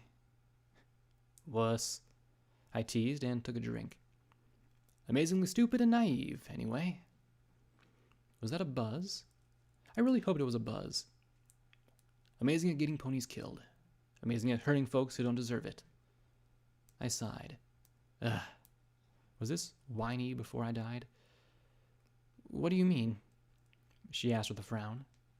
When I looked at her pip-buck and her barding and closed my eyes, I shouldn't say. Don't tell her. She wouldn't want to know. She doesn't mean it. I took another pull off the bottle. I killed my stable, I said softly. Being a stable pony yourself, you can appreciate what that means. I sighed. Why was I saying this? Why couldn't I just let it go? Hadn't I found peace with gardens? Hadn't I paid the price on the boat? What was the price of 400 lives? I looked at the revolver in her holster. Little Pip was just staring at me in horror, and I closed my eyes. There was a virus. It infected a part of the population, turned them into psychopathic cannibals. Nasty stuff. We were able to kill them all, but I was tired. I was hardly paying attention to what I should, distracted by other stuff. And while I was getting laid and resting and taking care of myself, the remaining 400 ponies were exposed. I sighed, grimacing. What did I want? Did I hate myself? Why wasn't atonement enough? They were starting to turn. They were becoming more and more aggressive, and the population was armed. A few more days, and they'd be killing and eating every pony they came across. We got one uninfected filly out, and then I gassed them. I mimicked pushing a button with my hoof, making a clicking noise. Easy as that. Flooded the whole thing with chlorine gas. I let it fall. Of course, I'd planned on gassing myself with them, but Lacuna ruined that, so yeah, 400 innocent ponies. I looked at her gun. I wanted justice. I wanted the pony responsible to pay the price. That was why I didn't feel the horror and shame of being raped. I wanted to be judged and condemned and punished for what I'd done. Not suicide. I was trying to escape from justice. I needed some pony to call me scum that I was and put a bullet through my brain like I deserved. I wanted to find some pony like the stable dweller who would do the right thing and kill me like a mass murderer deserved. I didn't have 400 and something lives to atone for 400 and something deaths, but I could at least surrender one. Then I closed my eyes and waited for the bullet that I so richly deserved. Instead, I got a hug. I can't imagine doing what you had to do, but it sounds like it was one of those situations where you were doomed either way, she said softly in my ear. I sighed, slumping. I know that if I were in that position, diseased, dying, I wouldn't want to die going crazy or worse. I'd want to live or die like a pony, and quick. If you'd sealed it... I sighed, remembering Stable 90, the shortest-lived stable in Equestria. There wasn't anything you could have done. I jerked away from her and flailed as I overbalanced and fell on my side. My hooves kicked as I struggled to roll over and find my footing. Finally, I stopped and just lay there. Why do you say that? Why does every pony? I could have tried telling them. I could have gone pony to pony. I could have gone to Sanguine, given that murdering bastard what he wanted in exchange for a cure. I could have had the decency to die with them. Why didn't she understand? Why didn't any pony? Then she levitated me into the air, and I blinked in surprise. The little pony looked long and hard at me. Would you dying have cured them? I hung there in the air before her. Okay, an Alicorn with magic this strong I could understand. This was a little intimidating. I shook my head. Then, all your dying would have done is killed one more pony, Little Pip said firmly before she set me back down beside her. You forgave those rapists. Why can't you forgive yourself? Have you ever gotten innocents killed? She looked me in the eye and then shook her head. If you do, tell me the trick and I'll do it. I sighed, feeling dejected as I rubbed my face with the cool metal of my forehoof. If I stayed here, I was sure I'd start spilling every whiny, angsty thing that happened to me. You know what? Let's go do something. Little Pip frowned. Uh-huh? What do you mean by do something? I took a nice long pull of the bottle and smiled. Attention, Canterlot. We have inebriation. Take that, super magical synthetic organs.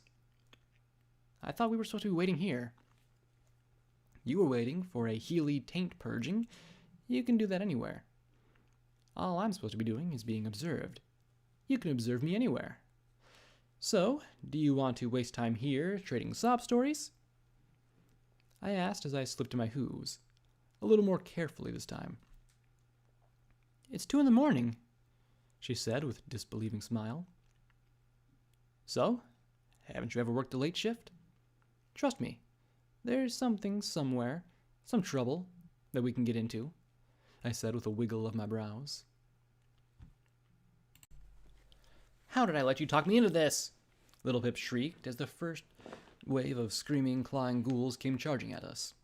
Her revolver, a sweet, custom-modified IF-18 horseshoe that I slightly wanted to snuggle even while fighting for my life, barked and transformed the head of the monstrosity slashing against my upraised hooves into twitching corpse meat.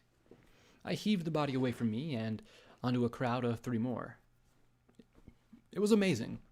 Think about walking? Fall on face. Don't think about it, because you're too busy dealing with dozens of shrieking zombies while inebriated. Limbs work fine. Which was a very good thing. One ghoul opened its mouth wide as it lunged, and I reared on my back legs and punched my hoof through its maw. The combined momentums drove my hoof out the back of its head. Rotting brain smeared it as I pivoted on my rear legs and threw the corpse at the three scrambling to their feet. "Hey, this is your secret passage," I shouted as another ghoul lunged in low, and I leapt over its snapping jaws. All four legs came straight down on its head, and the zombie's skull popped like a rotten apple. "I wanted to levitate you down from the roof, but no!" The trio of ghouls rose a third time, but three blasts from little Macintosh transformed their skulls into bony, goop-covered shrapnel. "You don't like heights." Spent revolver casings popped into the air and got turned into hot brass projectiles, briefly driving one of the zombies back into the blasted subway tunnel it'd been crawling out of. "I'm sorry, not all of us fly everywhere in sky wagons, okay?" I yelled as another group crawled out of a hole in a rusted sewer grate. I hooked my forelegs onto either side of the gap and swung in. My rear legs pistoned wildly as they hammered into whatever soft undead flesh made itself available. I suggested getting Lacuna, but no! You don't like Alicorns. "They're monsters!" Little Pip shouted as her horn flared and scraped a fallen piece of roof along the side of the subway. The block of rubble was easily as big as I was and tore through an emerging ghoul in half as she loaded another 6 rounds into the revolver. "It wasn't an option, okay?" She whirled and placed 3 shots into the head of a glowing ghoul. Its head exploded like a fountain of luminescent snot. "You were the one who insisted on doing this in the first place," she yelled as she backed towards me while I scrambled away from the sewer grate and into the middle of the subway passage, tackling a zombie that had been about to snap at her flank. "You said you had to do it. No friends, remember?" I said as I hooked a foreleg around his mouth, like a bridle, gripping it with my hind legs. I retched as hard as I could and was rewarded by the head coming off in my hooves. "So then you say, oh, there's a secret passage in the basement. We can get out that way. Only a few ghouls." She worked her arcane sciencey magic on the terminal beside the door and managed to override the lockout. Neat trick. I'd ask her to teach P-21 if we made it out of here alive. I threw the head as hard as I could into another charging zombie. It broke the creature's run just enough for me to bring both metal hooves down on its head with a pulpy crunch. "This is more than a few." Little Pip carefully planted 3 more shots in the zombies coming out of the side tunnel as we moved towards the head subway car. The tunnel was lit by sickly green radiance of even more glowing ghouls. "Well, you said there were more. There were fun." A ghoul scrambled on its back, its jagged hooves hooking into her reinforced utility barding. Her horn glowed as she lifted the monster into the air, and there was a crack as the entire creature was squeezed, then threw the crushed remains back down the tunnel behind us. "Little Pip, I'm drunk," I yelled before biting hard on a length of rebar and striking a chunk of rubble on the end like a club. The weight knocked back 3 more of the screaming monsters. "No, you're crazy," she yelled back as she looked around. Okay, this was rapidly getting past dozens into fucking ridiculous numbers. What, had Tenpony been built right on top of Manhattan Ghoul Central? "Get in the subway car, hurry!" Well, it was better than my plan to hit them some more. Somewhere in the process of planning this adventure, I'd trot off without barding, gun, or even saddlebags. No, the only piece of equipment I'd brought were the bottles of whiskey tied together around my neck like some sort of tribal good luck charm. It seemed funny at the time. I scrambled in first. 1 ghoul charged down the aisle at me. I hooked my forelegs into the seats, swung my back legs up, and smashed both rear hooves into its head. Then, of course, I landed flat on my back next to the wiggling corpse. I smashed my legs down on its head repeatedly, looking at Little Pip upside down as the small unicorn hopped in after me. "Okay, now what?" She tossed little Macintosh at me. I caught it in my forelegs and transferred it to my mouth, sitting up. A ghoul was thrashing its way through the doors at the other end of the car. "No ticket!" I shouted, before hopping into Sats and planting one of the revolver's heavy bullets into its skull. Actually, what I really said was, "No ticket," with lots of slobber, but it wouldn't have known the difference anyway. As I pulled myself to my hooves, the subway car lurched, a glow that spread from Little Pip's horn to envelop the massive vehicle. The wheels underneath squealed, and there was a metallic bang as something broke underneath the car. With a scream of metal and rust, the subway car broke free of the rest and began to roll down the decayed tracks. Of course, there were still ghouls leaping onto the side of the rolling car, pulling themselves free through the windows. I raced from one to the next, little Macintosh blasting their skulls into fragments until the hammer fell on an empty casing. No problem. Have hooves, will thrash. Ghouls fell beneath the screeching, grinding wheels, and chunks of undead splattered at the pursuing crowd. A few more tried to scramble on. I manually persuaded them to get the hell off. In a minute, we'd left the undead behind, and I'd finished off anything still wiggling. Little Pip gaped as she looked at me a touch wild-eyed. She levitated the gun from my mouth, winkling her nose at my drool. "This is one of the crazier things I think I've done," she yelled over the shrieks as we rolled along. I took a long pull off one of the bottles of whiskey, watching the text on my EFS warning me of the drunk toxicity that my system was trying to purge. "Really? I thought it was Tuesday." "So, why is it you couldn't bring your friends along?"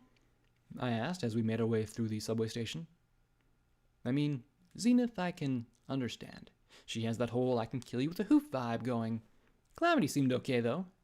And Velvet seemed nice, even if she got that whole bossy mama bear thing going for her.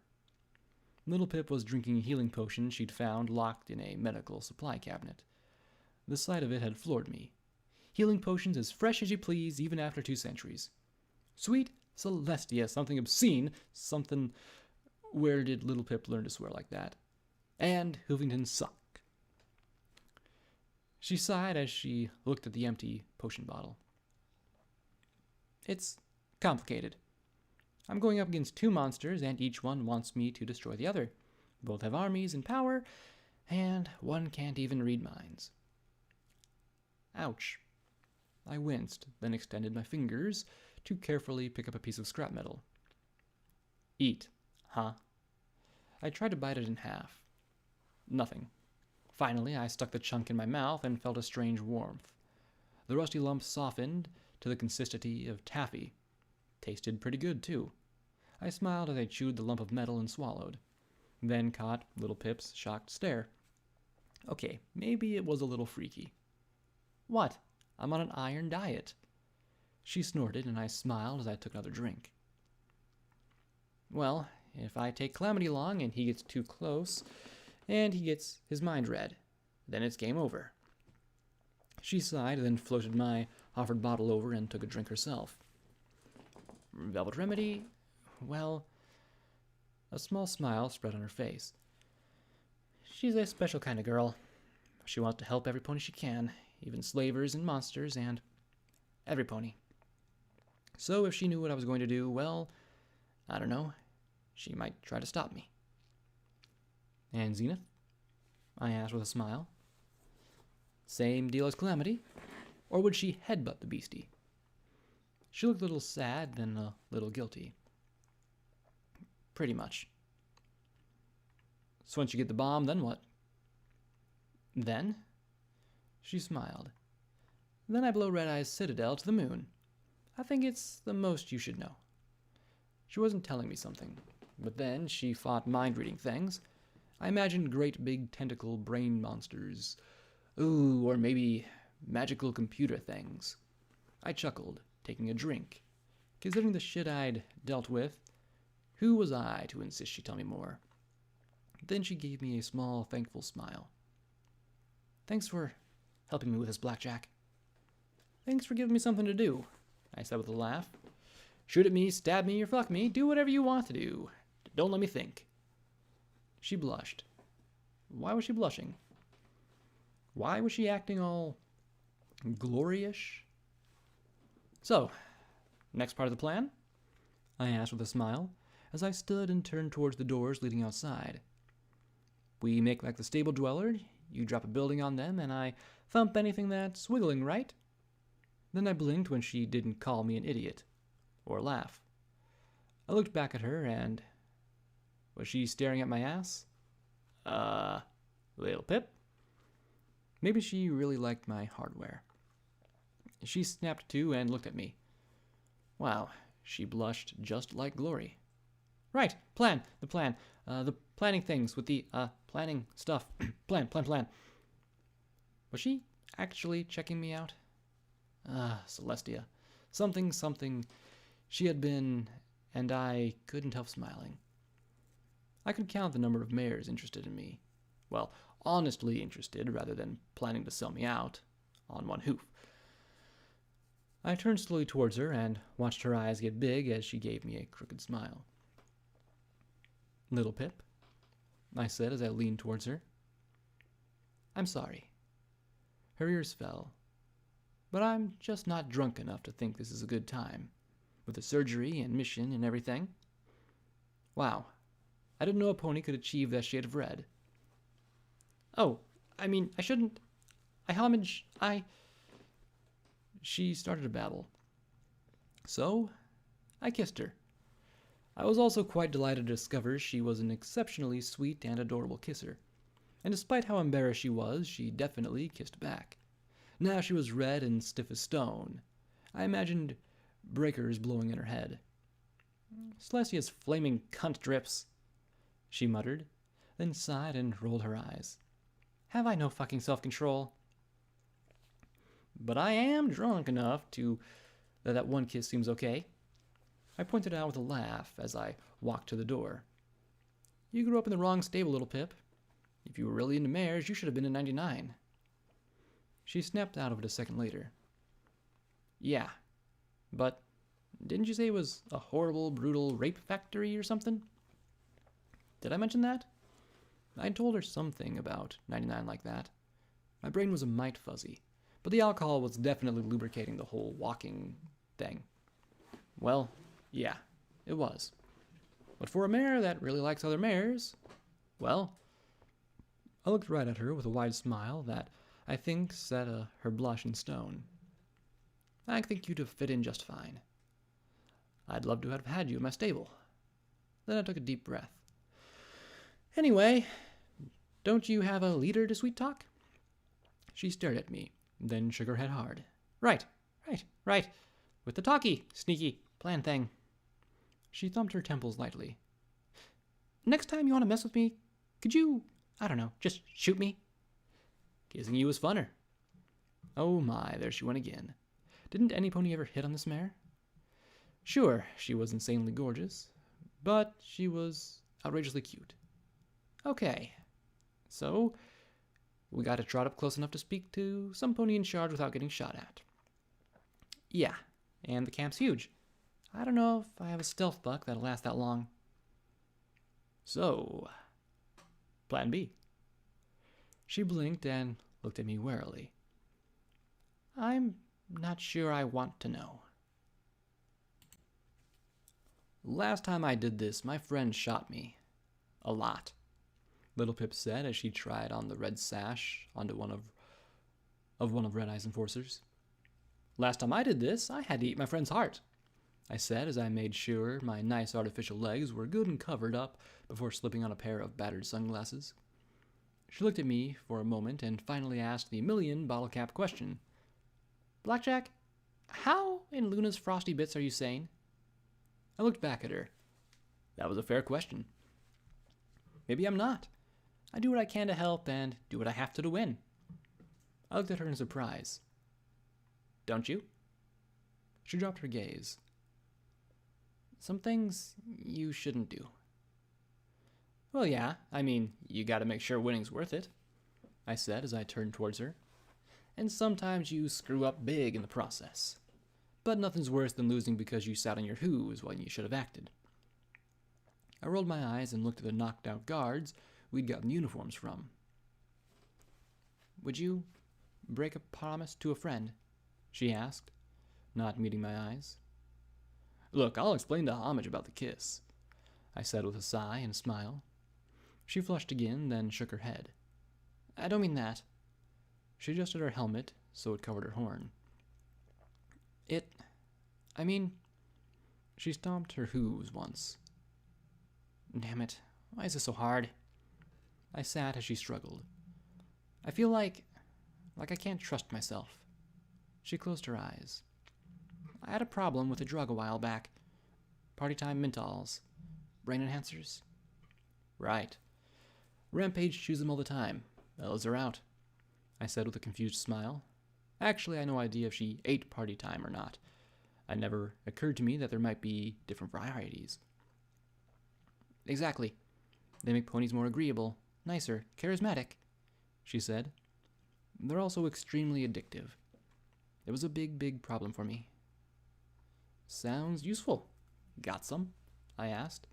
She closed her eyes and pressed her lips together as her magic pulled out a tin from her bags. Wow. She must have known precisely where they were. So, I'm guessing you promised to never ever take them again, no matter what. Yeah, something like that, she replied. So, right now I've got a little pony in my head telling me to take them, locked in mortal combat with another pony in my head telling me to keep my promise and find another way. Right. I took a deep, contemplative drink from the bottle. Let me ask you this. Your friend you promised this to, would they want you to die to keep your promise? Little Pip sighed and looked towards Tenpony before saying, No. And if we botch this up, are we going to die? You're helping the wrong pony cheat, she muttered. You're supposed to be helping me keep my promise. That's the right thing to do. The little unicorn sighed. I don't want it to be my addiction, making me take these. I don't want to fuck up and fail my friends again. Shows you deserve your friends, I said with a smile. I took another drink, then sighed. It's easier to give forgiveness if you don't die. So, how about this? You take them till we're out of here, hand them over when you go, and then spend all day tomorrow apologizing and blaming me for being a horrible influence on you. Velvet's going to kill me, she said as she lifted out one pink minty square decorated with little balloons and streamers. She popped it into her mouth, chewed, swallowed, and relaxed. Then she opened her eyes, and suddenly I felt like the one about to be kissed as she adopted a coy, cute little smile. Well, worry about that later. Now, how to get inside and speak to Red-Eye. She looked at me and tapped her lips. That should be easy enough. The headquarters for his army consisted of 3 or 4 old canvas tents strung together and reinforced with sheet metal. If the large broadcast antenna raised in a pile of rubble behind it was any indication, it would be a good place to contact Red-Eye if whoever was in charge locally wouldn't give Little Pup what she wanted. Of course, before we could even find the answer to that, we'd have to think of some way to get past the power-armored-clad griffins. I take the one on the left, you take the one on the right, I suggested. How about we just go report a disturbance in the Tenpony subway tunnels? She replied with a cocky little smile. But they're in power armor, and I haven't beaten a griffin in power armor yet. I wondered if you could fly them as easily as Enclave Pegasi. We hid amongst the nearby supply crates, watching the comings and goings of the headquarters. You can do that later, she said, as we watched 2 ponies approach. The griffin said, Flange, and the 2 ponies replied, Gear. A moment later, another pair approached. Strut, they challenged. Truss, replied the ponies, and they were admitted. Little Pip seemed to be nodding to herself. Yes, that's exactly it. The small unicorn said excitedly. What? What's it? I blinked, but she immediately left cover and walked casually towards the 2 armored griffins, leaving me scrambling to catch up. Bolt, one challenged at our approach. Crank, Little Pip drawled in a bored tone. The pair looked at us, then each other. I don't know you, one challenged Little Pip. And why are you wearing sunglasses? The other growled at me. It's the middle of the night. I paused, then grinned. I'm just that cool. Want to bet? He reached out a claw and flicked the black plastic off my face. Then he suddenly stiffened as he saw my cyber eyes glowing like 2 red stars. You... what? We've got a special report to make. You're wasting our time and delaying the inevitable, glorious future.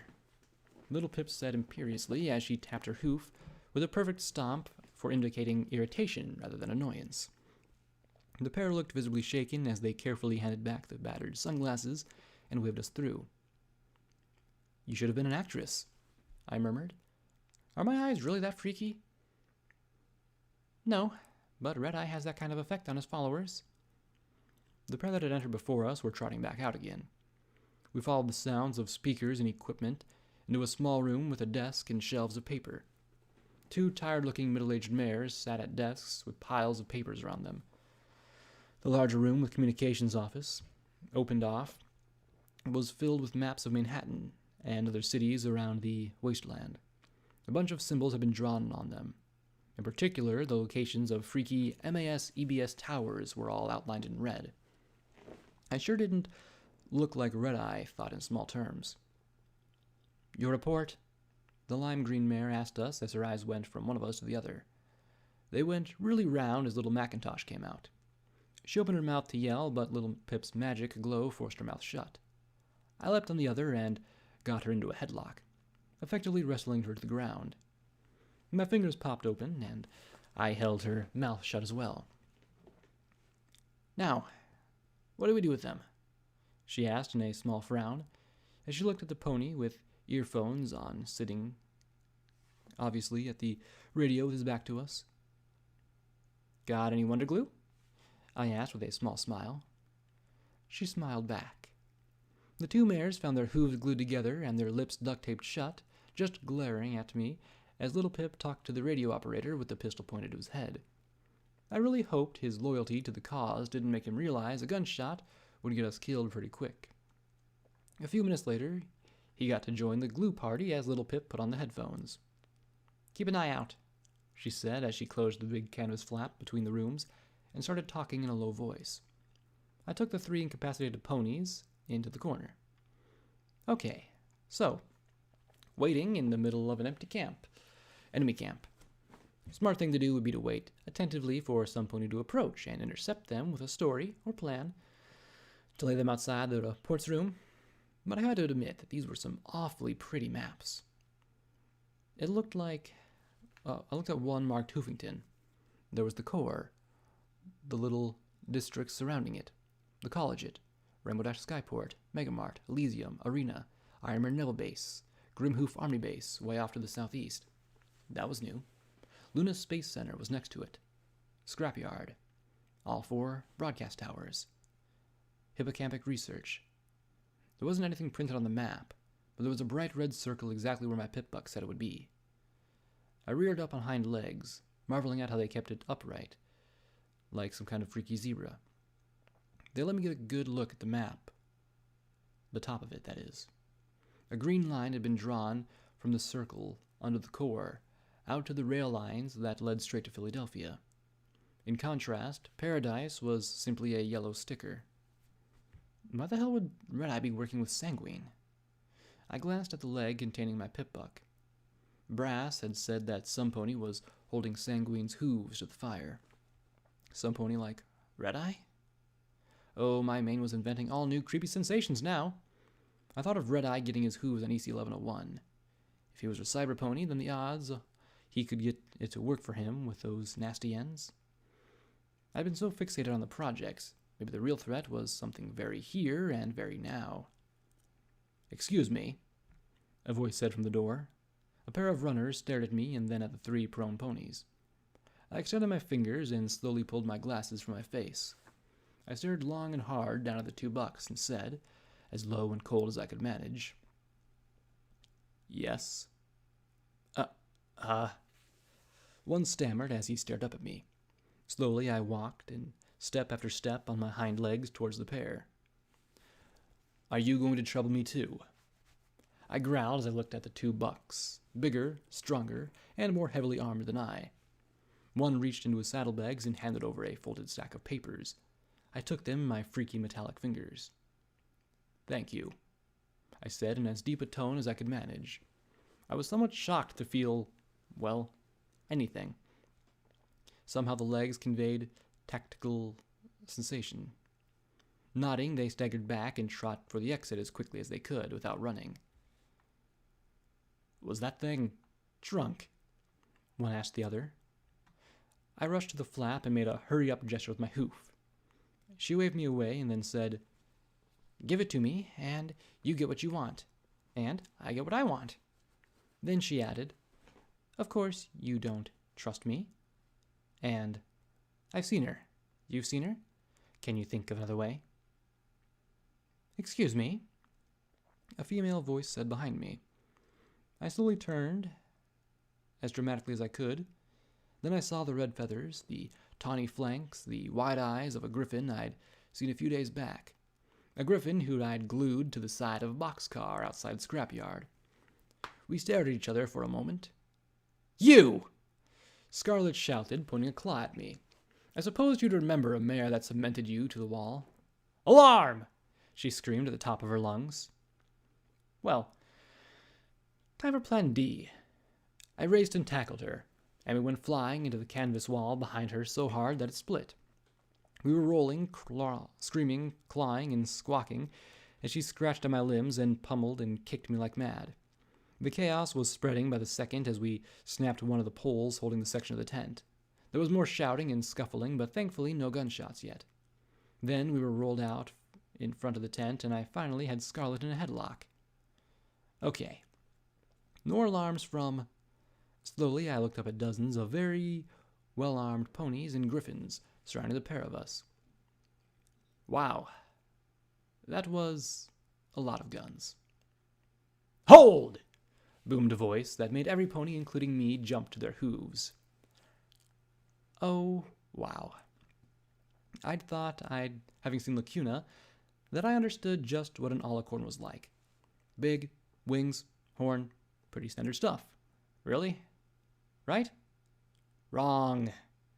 15 Alicorns, purple, blue, and green, hovered around us like a judgment host.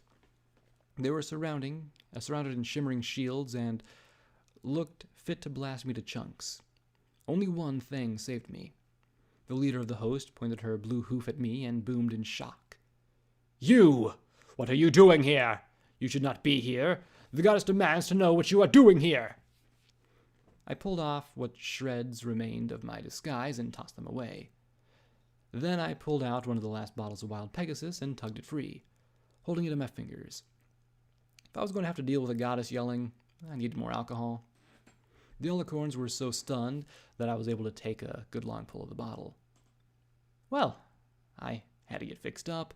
New legs, eyes. That's sort of... She jerked me into the air before her with her magic. "The goddess demands to know. Are you working with Red Eye now?" "Why? Is he recruiting?" I asked, seeing the apprehension in her eyes. I reached up and tapped my horn. "Find out for yourself," I said. Honestly, I had no idea if it would really work while my horn wouldn't do anything. But then the probably compensating for some inherent shortcoming-sized horn touched mine, and I immediately felt that sensation of rummaging in my brain. I thought of what little Pip had said. Hopefully, after blasting Red Eye to dust, she could do something about the goddess. "Good. Now let me dispose of your meddling..." Red Eye knows about sanguine, I thought at her, and she froze. Which means he might know about Raja Chimera. For several seconds, I just hung there as she dug through my head. I finally finished drinking the last drop, really wishing that I had some more. Whiskey, whiskey, whiskey, whiskey. "Shut up! Why must the goddess suffer your mindless, witless prattle? Why aren't you dead yet? Why can't we just kill you? Why?" "Hey, don't look at me. I tried to die more than once." "Aw, I thought it was 'cause you liked me." I thought at her and belched. "You want to prance around my head some more? Or talk turkey? You want Alicorns with cocks? I'd imagined it'd do you wonders if you got laid. I really want to smash Sanguine into ghouly goo. All of us want Red Eye gone. And I owe you for 99. I smiled as I dangled in front of her. Or you can just kill me and wonder just what Red Eye is up to. Your choice. Then little Pip, escorted out of the tent by a buck in a big fancy hat that I supposed put him in charge. The effect was immediate. "No! Those two may not be together! The goddess forbids it! She waved me in the air like a rag doll. Shut up, I bellowed at her. She's doing what she's doing, and I'm doing what I'm doing, and... A red warning in my vision flashed. Purge. And then in front of every pony, I lost my whiskey. The blue alicorn dropped me to the ground in disgust. The buck in the fancy hat rubbed his face. Why can't we just shoot them all? Why? He pointed his hoof back at Tenpony. Just go. Go! I rose to my hooves. Oh no, you're not just going to throw us out. Forget it. We're staying put unless we get a proper send-off. Every pony stared at me in shock and confusion. What? What do you want? I looked at the wing of Alicorns and grinned. There are, in reflection, many ways to travel the wasteland. By hoof is most common. Occasionally, in vehicles. Sometimes on wings if you had them. The goddess had told Lacuna to warn the others of our return. And so they stood on the roof of Tenpony Tower as dawn broke. For a brief moment, the sun peeked out between the gaps in the distant clouds on the horizon, illuminating us in gold as 15 Alicorns flew in formation around the tower, carrying little Pip and myself back to our friends. From my pip-buck played the most sweeping and dramatic music of Octavia's concert I could find, as inebriation helped me overlook the very splatty distance below. Maybe the crown of whiskey bottles was a bit much. The two carrying little Pip and I set us down next to little Pip's skywagon thingy. Every jaw dropped as I turned and lifted a hoof to the beasts. Thank you, noble Alicorn, for our safe arrival. Go away! The blue Alicorn said in disgust, and as one of the group flew away from the tower, was it just me, or was Lacuna trying very hard not to grin? Little Pip looked horrible. I felt pretty horrible too. I was pretty sure that I was really pushing things with the amount of drinking that I'd done in the last few hours. As my friends trotted across the landing pad towards us, little Pip pulled out the tin of Mentols. I grabbed it. Rover was right. Fingers were useful. Now, you keep your promise. She looked at me with desperate eyes, and I flung the tin away before she could take another. Her whole body jerked after the tin, but I held her back as she finally slumped against me. I need helping hoof. Please. Who's that? P21 asked. Blackjack, are you? What did you do last night? Glory stammered. And why didn't you take me along? Rampage added. Did you really drink all of that? Scotch pointed at the crown. What? I said as I swayed. So many flashy warnings on my screen. So many, many flashy warnings. I was just celebrating my birthday. And then everything went swirly and fell away to black. What a life. But it was mine. Footnote. Maximum level reached. New perk added. Adamantium bone lacing. Your bones are now 50% more resistant to breaking. This perk does not stack with bone strengthening brew. Quest perk added. Cyber pony. +1 agility. +10% radiation resistance. +10% poison resistance. +10% damage resistance.